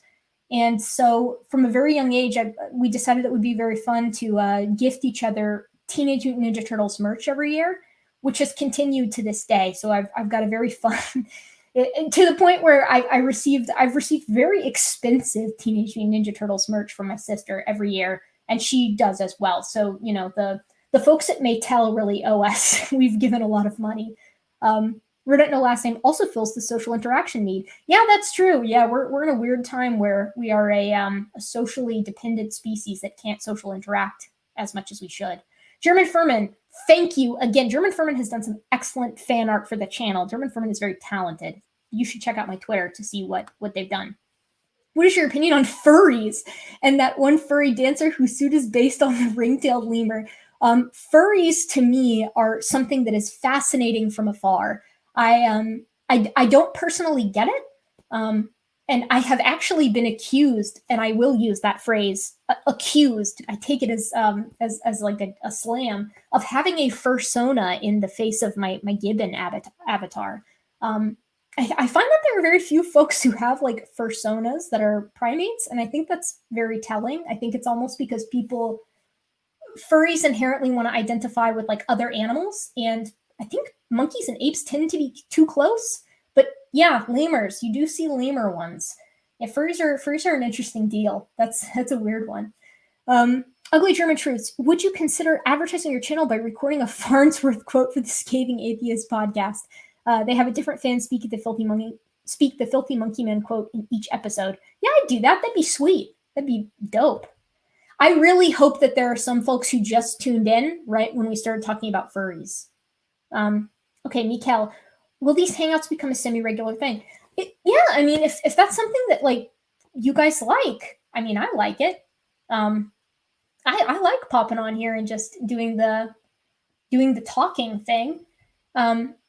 It's chill. If you liked this and what we did last night, then I don't see why not. Let's see here. I saw something I wanted to read up here just now. Hold on.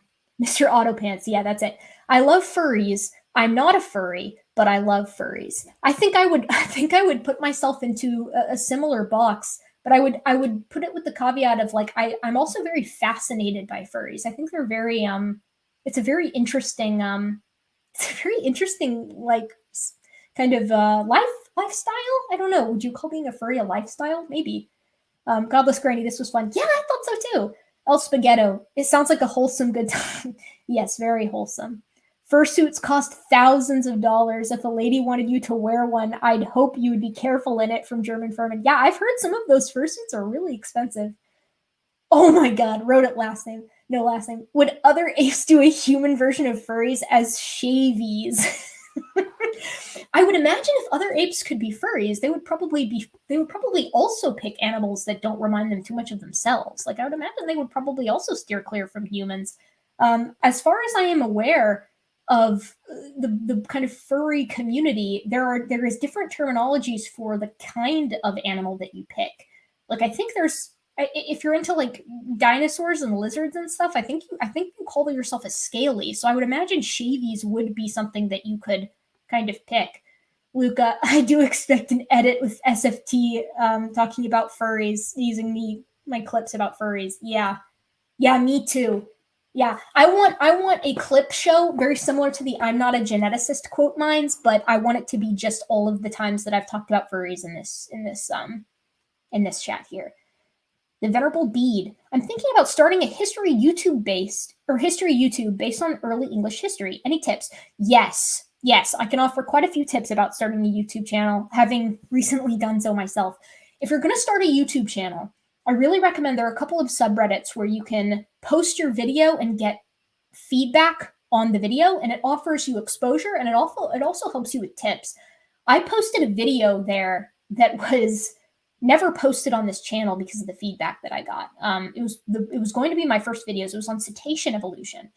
And the tips that I got there really helped me create a video that was even remotely palatable. They help you with sound levels, etc. I think it's called NewTubers. So I would suggest looking into that. I would also suggest not getting too hung up on making the first video perfect, because I hate my early videos. I hate them. The audio is even worse than it is even in my recent videos, which I still get critiques on. Fair critiques, but I'm working on it, I swear to God. Critiques on the lighting, the jokes, the editing. There's like weird dead air all the time. Like, yeah, you don't want to make it so that you don't post anything because you're trying to get something that's perfect. Reach out to people, collaborators and stuff like that. Collabs are an awesome way to meet new people and get exposed and stuff like that. Join a lot of discords, talk with people. Yeah, there's a lot of networking involved in YouTube stuff. The thing that kind of made my YouTube channel first start growing was my debate with Kent. So if debates are something that you're interested in, you can also do that to help grow your channel. Mikael says, if SFT doesn't make the furry clip, should I make it? God, I don't know that I could charge you with that. I don't know that I could expect that of you. El Spaghetto, early on in the furry community, there used to be a distinction made between fans and lifestylers. Huh. Yeah, I suspect there would be. I love the idea that there's like a no true Scotsman for furries. Like, you're not like a legit furry unless you do like the actual furry stuff. I would imagine that if you spend what was a German Furman said, like $2,000 or $20,000 on a fursuit. Like, I imagine if you spend that much money on like an animal costume, you kind of have the right to call out like folks that are like fake furries. I imagine you kind of get to call them fake furries at that point if they're not spending the money that you're spending. Like, that's hardcore. That's really like, that's money where your mouth is, literally, if you're spending that kind of money. In a treat feline, one thing I've been wondering, I've never bothered to look up, why do humans have long growing head hair? Most other hair remains short, and other apes don't have the trait in this way. Yeah, but so look at orangs, look at flanged male orangs. They tend to grow really long hair as well. It really depends on when the cells initiate kind of like a termination for growth, like growth termination, I think the term is. As far as what head hair is, it is chemically indistinguishable from fur. And I am of the opinion that the reason why our head hair grows so long is because it can grow to a length that covers our shoulders, which as a biped is really, really useful. Sorry, I just hit the mic. Is really, really useful for protecting what is most exposed to the sun. So head and shoulder coverings would be probably selected for, I would imagine. And yeah, I think we also tend to cover most of our bodies and not our heads with clothing. And this would have been a relatively early adaptation in Homo population. So I would imagine too that there would inadvertently be like a light selection for keeping the hair on the head because we're already covering the rest. That would be my thoughts. Okay, wait, hold on, I'm catching up. Mikael says challenge accepted. Yeah, now I'm intentionally going to bring up furries even more just to make your job harder. Oh, now I got a dog scratching at the door. All right, let's see. I don't understand why someone as nice as Sal can be such a simp for SFT. RJM Truth throwing the shade. Oh my God. I listen, I would classify Sal as a lot of things. He's a really nice guy. He's got definitely interesting, as I said before, he's got kind of like a checkered past with being in the debate evolution subreddit, which I used to haunt around. I never had a problem with Sal there, but some others did. He used to be more of an aggressive person, but I think he's really mellowed. But yeah, a simp for SFT. I think Sal really just wants to get out his message, and SFT is like, as he says in his own in his book, which I now have a library of error cage, in case you guys are wondering, for the bad YEC literature. I found this bird cage at my mom's house, at my parents' house rather, and so I just decided to keep all the bad books that I own in there. So Contested Bones, SFT's book in there, and the Ken Ham Dinosaur Mystery Solved is in there.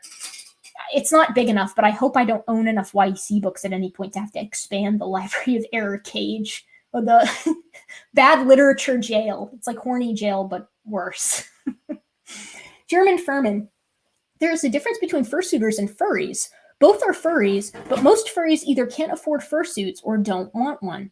Well, I imagine with a price like $2,000, like there probably are a lot of furries that can't afford. Let me tell you, I don't think I could afford a fursuit right now. So just saying, that's pricey. Scott Duke, which Peanuts character, Charlie Brown, do you most identify with? Snoopy, because I like to nap. What about baldness patterns from T-Cat? As far as I know, baldness is something of a recent advent in humans. And I would imagine too, because there's absolutely no real selection against baldness. That would be something neat to look into. How how ancient is male pattern baldness? That would be very neat. There's also like a senescence factor though, where it's like male pattern baldness, I think, is also a consequence, if memory serves, of like heavy testosterone in some folks. Wrote it no last name. I just want Guts Gibbon to say no true furry fallacy for the clip show. No true furry fallacy. Godless Granny, $10 with a sweet sweet Sheba squeezing a heart. I love you too, Godless Granny. And I loved that show you had the other day. Go sub to Godless Granny if you aren't subscribed. She has some awesome guests on and does some really cool stuff. Let's see. Let's see what we got here. I'm deaf Woodstock, not Woodstock. Yeah, Woodstock's awesome, but like, again, if you know me in IRL, I'm like a big napper. Like, I nap a lot. So Snoopy naps a lot too. And some guys go bald in their teens. True, Smitty. Yeah, the male pattern baldness stuff is that's an interesting deal. I imagine that that's become more rampant recently because there really isn't anything acting against it. Like, even sexual selection is just way less powerful than it used to be because there really is someone for everyone out there. Someone out there is going to be into it. Okay, Sean Cargill, aren't most of the brain trusts, the SFT brain trusts, not even in ideological agreement? In other words, YEC, OEC, literally, yeah. There's been some interesting theological schisms that have gone on in the brain trust. That whole group has these weird splits on, like, and I don't understand theology well enough to be like definitively defining what and who believes, or what people believe and who believes what in that group. But as far as I know, they've got a bunch of like theological inconsistencies with one another. Like, some of them are like think Calvinists are bad, and I don't even really know what a Calvinist is specifically. So, yeah, I think that they do have a lot of. I don't think there's any old Earth creationists in the brain trust. I think that they're pretty explicitly young Earth. Some of them are more like ID based in their arguments. Like, for instance, I think John Maddox's debates are exclusively about ID, even though he is a young Earth creationist. He tends to not argue that. Smitty, some women also get female pattern baldness relatively young also. Yeah, I think the female pattern baldness, though, I think that's almost a correlated response. So correlated response is this thing in ecology where selection that occurs in one sex because of where it's located in the actual genome can impact the other sex to a degree. Correlated response is a real deal. Wrote it no last name. Just needs a super cheap gorilla suit as her fursona. Listen, if you're going to accuse me of having a fursona, that's an insta ban. Smitty, Calvinists believe that God's omniscience predetermines who goes to heaven and hell. Oh, right. Yeah, that makes sense. Okay, yeah, that checks out. Because I think that was specifically one of the fights that was going on. I actually listened to one of their like theological discussions one time while I was doing something else, and it was interesting. It was interesting to hear how those arguments work. I actually think a lot of them are way better at arguing their theology than they are at arguing any kind of science. And I think that's because most of them just do more research for the theology. Otherwise they wouldn't be young Earth creationists, wouldn't they? Let's see. Mikhail Koenig, I have a bone sona. Bone sona is a cursed word. That word's getting. I'm putting that in the comments for like auto flagging. Ever read Great Apes by Will Self? No, I have not, or at least I don't. I don't think I have. Just a Walking Fish, Praise being the monarchist. Yeah, that's a weird deal too. Yeah, they kind of roast Praise, don't they? Josiah Hansen spent the afternoon with Team Skeptic at the Dallas Natural History Museum. You're invited next time. Also, Gutsy Gibbon. Oh, dude, that sounds so fun. RJM Truth, Erica's fursona. Stop talking about my fursona. That conversation is about to get shut down. No more fursona talk for me. I support the furries. I do. I support the furries. They should be able to do what they want. I am not rich enough to afford a fursona, like costume or whatever. And also, I think I'm just not informed enough to. I think I would be booted from the furry community as a faker, because I don't quite understand the mechanisms behind the desire for being a furry. I don't think I get it enough. Scott Duke, it's refreshing that don't know about Calvinism. Listen, Scott, there's a lot of things I don't know about. Fortunately, I get to make a YouTube channel where I talk about the things I do know about, and so I seem like I know a lot more than I do. Wrote it no last name. You're at the 2-hour mark for this chat, but I'm having a lot of fun. So we will go until there are no more questions or until my throat hurts too much. And I'm just so flattered that so many people have stayed for this long, really and truly. Like, you guys make this really so much fun. Mikel again says, you're on the internet, this discussion is inevitable. Yeah, I know, that's true. Have I watched The Guild on Netflix? It's a great early web series. No, I haven't, Mr. Autopants. I should check it out. That's a given. You don't need a costume, just mention your animal characteristic during virtual sex. Smitty, I didn't need to be initiated. Yeah, what is that? The ooh notices bulge. Like that's the meme. RGM Truth. I did love Erica's Halloween costume as a mandrill. The teeth was striking. Yeah, that's the closest I can get, I think, to a fursuit, I guess, is my mandrill costume. That's like I think I would get booted for that though, because it doesn't have like the big cartoony head or like the neon colors. Like I think I would get roasted by the furry community. I really do think that they would kick me out. Okay, let's see. You said that already.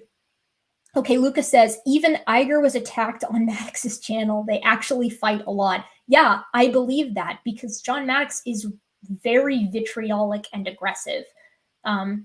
Unless, like, if you disagree with him on anything, he's going to, like, roast you for it. So I imagine being friends with him is very stressful. Fortunately, I am not friends with John Maddox, so I don't actually have to interact with him if I don't want to. And I very frequently don't because he's super unpalatable. Pan Duffin, that's a gibbon. It's you that makes the time so enjoyable. Thank you. Learning from you is always a great time. Question, though, what is your favorite format of debate? I think openings are really important. I think that openings followed by open discussion are the best. Sometimes I have enjoyed like a cross-examination section, like 6-minute cross-exams, but I found that overall debates tend to be more productive the more time that we have to just converse back and forth. And this is part of the reason why I really don't like the hyper-aggressive debate format, because that tends to just cheapen the actual conversation. Like if it's all about gotchas and zingers, while gotchas and zingers are very fun to do, it just, nothing happens. No one learns anything. So, yeah, I mean, I think you even get dragged down on like getting a better idea of what the other person thinks if it's all about insulting. Mr. Autopants, my fursona is a bacterium. That's very original. I like that a lot. Smitty, furries tend to like goofy children's teddy bear looks over the actual hot women with the cat ears look. Smitty is like a proto. You've got like the I think cat girls are in the internet terminology an entirely different world from the furries though. Like I think cat girls is a very specific take or very specific taste. RGM Truth, my fursona is a 52-year-old male human. My fursona is my COVID hair from T-Cat. Yes. I'm so glad that the takeaway for this video is everyone is listing their like really off-brand fringe fursonas in the chat. Big fan of that. Big fan of that. Let's see. Scott Duke, do you think the 1-hour cross-examination by SFT on Dr. Dan will take place? That's a great question. I don't know. I think if Dr. Dan doubles down on SFT like right now, he might because he'll feel pressured to do so. But at the same time, I think SFT is I think once members of the Brain Trust encounter a debate that goes bad for them with any conventional science people, they tend to be a little bit more reticent about doing it again. And I think Dan has consistently been a source of like ire for the Brain Trust. So I very much doubt, I very much doubt that it's going to be easy to get him into the room for a cross-examination. But SFT's got to put the money where the mouth is on that one. If he thinks Dan is so wrong, then why would he turn down a cross-examination, an hour of cross-examination? You would think that he would be very willing. But yeah. Sean Cargill, do you have anything in the works like anthropology videos? Yes, I'm hoping to start getting out some videos on like basic concepts in anthropology. I've had some people suggest that and would think it would be fun to have like a 101 for anthropology. So I think that would be really cool. And I'm also working on a video for the continuing the human evolution series. So working with the, talking about rather the parapithecids, pliopithecids, oligopithecids, and proteopithecids. So the first old world monkeys which existed in the Oligocene. So hopefully we'll get those out soon. An intrigued feline. I rather like a discussion like with you and Sal. This is great. Do you think that Sal will eventually realize that evolution is the real deal? I don't know. I hope Sal comes around to the theistic evolution thing from his sake, because I know that religion is very meaningful for Sal, and I certainly wouldn't want to take that from him, or I wouldn't want that to be taken from him by anybody. I think he really gets a lot out of it. But yeah, I don't know. I think it depends. I think it really does depend. Okay, let's see. Sean Cargill, my persona is a Japanese robot. You're getting a little. I think you might get booted for if you show up in like a Gundam. I think that the furries are going to kick you out. Okay, Mikkel. So why haven't they shied away from you yet, Gutsy Gibbon? Excellent question. I have a yeah, I have like a working hypothesis for that. I have like a working reason for why I think that the brain trust is still very eager to interact with me. I don't know that I can put it out there though. I don't know that it has any. It's very speculative. So I don't know. My thoughts are kind of that one. I tend to be very gentle in my debates because I don't know. I don't think that there's any reason to like roast the hell out of someone for being wrong about something. I think that that's way less likely to get someone to reconsider their position. So I think that might be a player. I also think that part of the reason is because letting me have the last word on anything would be a little bit awkward for two reasons. This is just totally speculative. I could be totally wrong on this, so bear with me. One is because I'm younger. I'm a younger person, and I think that typically people tend to want the last word and don't want to ever look like they've been trounced by someone younger than them. I think that's part of it. And I really hate to say this, but I think another thing is that from their theological perspective, there's very much an emphasis placed on the power and leadership capabilities, and in some cases, like those of debate, superiority of, I guess, like the masculine. So I think there's something about also me being like a younger girl that maybe itches them a little bit. I don't know. That I could be totally off base. And that's the vibe that I get, because I also find it very weird that I've had so many interactions and am very comprehensive in like my sourcing, and yet continuously they want to interact with me. It's probably just because I'm amicable though. That's probably it. Although in some cases, maybe there is a little bit of because girl in there. I'm not sure. Luca, a little gem. I think that SFT does not really know what a retrovirus is. Quite useful if someone wants to debate him. I don't think he knows what a retrovirus is either. I think his whole ERV stance is really, really, really, really bad, especially considering the literature that's out there on like how ERVs behave upon xenotransplantation. Ugly German Truths. Is there already a date scheduled when you will air the whole Busting Genesis Apologetics series like you did with the last series? The whole Busting Genesis Apologetics series, like in a single entity? I don't know. You've got to elaborate a little there, Ugly German Truths. What do you mean? Let's see. Okay. Gutsy, give my first. Oh, we already said that one. Okay, cool. Yeah. Well, we'll see. I'm very British. Very British. Yeah, Smitty, I picked up a couple of like British phrases. I picked up a couple of British phrases when I was over there. I find myself saying cheers a lot at the end of exchanges. Like when someone's like, thank you. Sometimes I'll be like, yeah, cheers. Just because that was it became a little second nature over there, and it sounds really posery now that I'm here. It sounds like I'm just trying to be like hipster and like adopt other culture phrases, but it's become a little second nature, and now it's kind of it's hard to break that. It's hard to break those pickups. Also, gobsmacked is another one that I use. Okay, Ugly German Shoots. Yes, in the summer you did a week long of streams with your last few multi-partners. That was extreme fun. A week long of streams with my last few multi-partners. Like live streams? Oh, yeah. Yeah, actually, I think yeah. That was really fun. Yeah, that was really fun. Yes, I will do that. Yeah, we'll do more multi streams for sure. Because apparently you guys like them, and I love them too. I don't know why I stopped doing. I think it's more of a scheduling thing. I think it's just really hard to get things scheduled with with everyone who I like to have on the streams. One thing that I'm considering too is, and you guys tell me if this is something that you would be interested in, is like doing an occasional like open mic thing where like folks can come in and like maybe ask questions or have discussions, because I think that there is a benefit to having folks in who agree or disagree with you, just for like an open chat. And I don't know, I think maybe there could be some benefit to that. I think it would probably be like a monthly thing though. I don't know. Let's see. If and when the non sequitur show returns, would you love to make an appearance there from an intrigued feline? Yeah, I mean, there's a lot of weird drama around a lot of different communities on YouTube, and I base whose shows I go on strictly on my interactions with them. So yeah, totally. Rodent no last name. Are you culturally appropriating the Brits? Yes, you may cancel me with abandon. I am in fact doing that.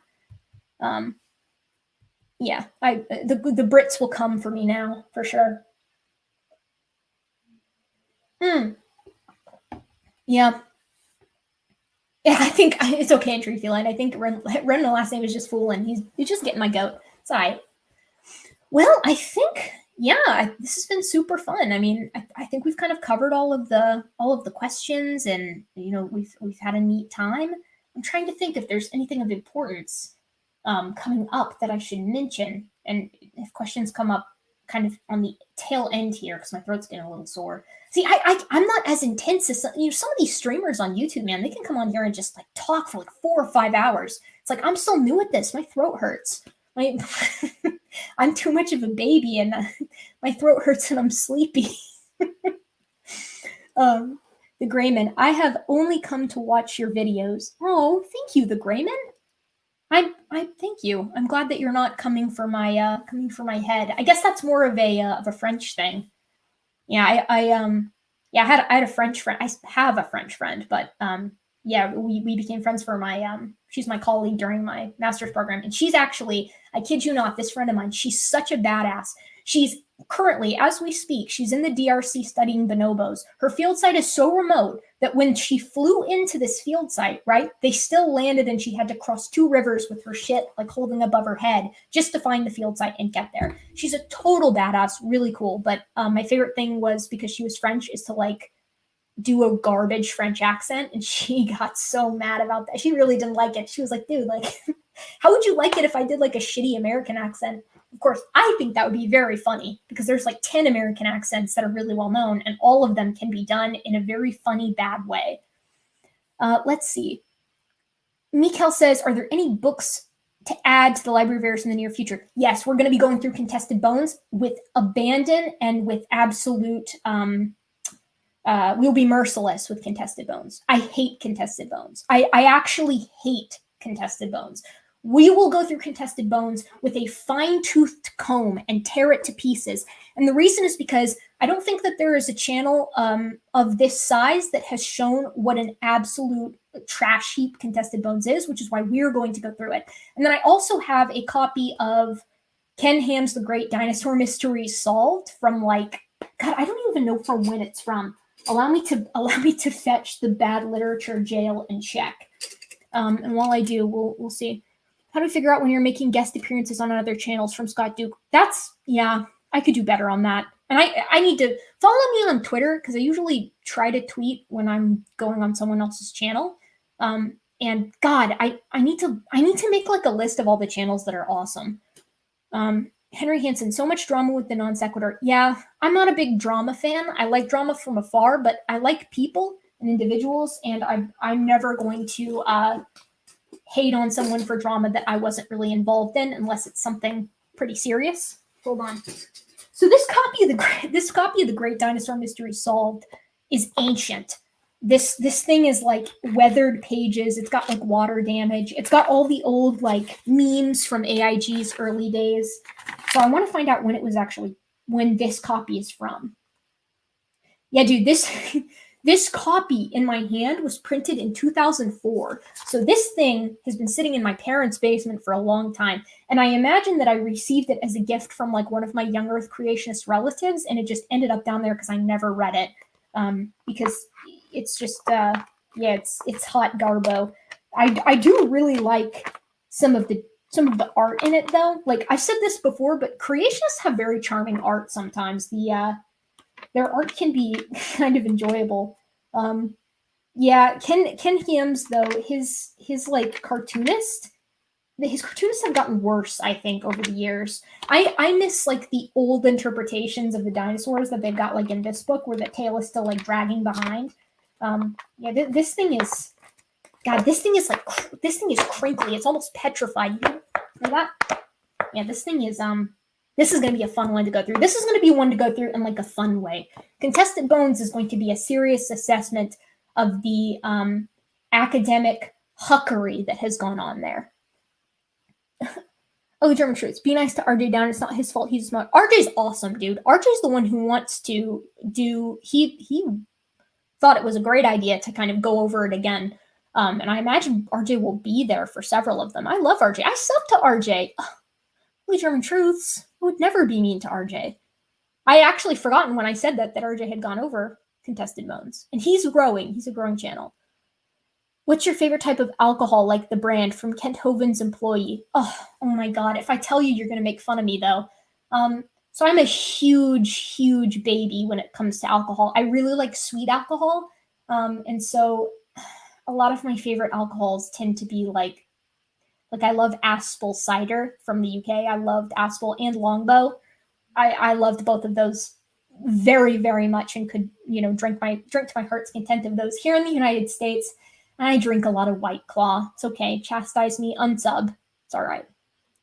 As far as hard liquor, I like rum. I like most rum.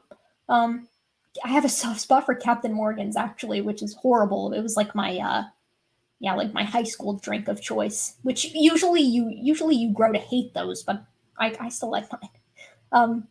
Just a Walking Fish AIG memes. Yeah, this thing is full of AIG memes. This one's got this classic. Hold on, let me switch to the StreamYards thing so you guys can see. It's got this classic right here. The for the behemoth, right? The behemoth, rather. This is the one where they're like, the behemoth. It's actually a sauropod, rather. It's not actually what the ancient Near East folks say it is. That is to say, like an elephant or a hippo, because the tail is like a cedar tree. That's what the Hebrew says. But it says that the tail like swings like a cedar tree. And if you've ever seen like an elephant or a hippo like do their tail like that, usually with hippos feces are involved, but elephants are much more clean with that, I guess. But I do love the old AIG memes. They are very fun. Eric, you're taller. Would you ever debate a YC on if dinosaurs ever lived with people? Dude, I'd love to do that. I would love to debate a YC on if dinosaurs lived with people. I think that'd be really funny. Wrote in a last name, perhaps a segment at the end of future videos point to another channel. So I used to do Sapien Spotlight, and then I didn't have any channels that I could spotlight at one point, and I forgot to do Sapien Spotlight. That's a great idea. We're bringing it back. Thank you for saying that, because we could definitely be doing that. I could be doing that more. Because there are so many channels out there that I love that don't get enough attention. Smitty, now I agree with your preference for alcohol that doesn't taste as bad as possible, like IPAs.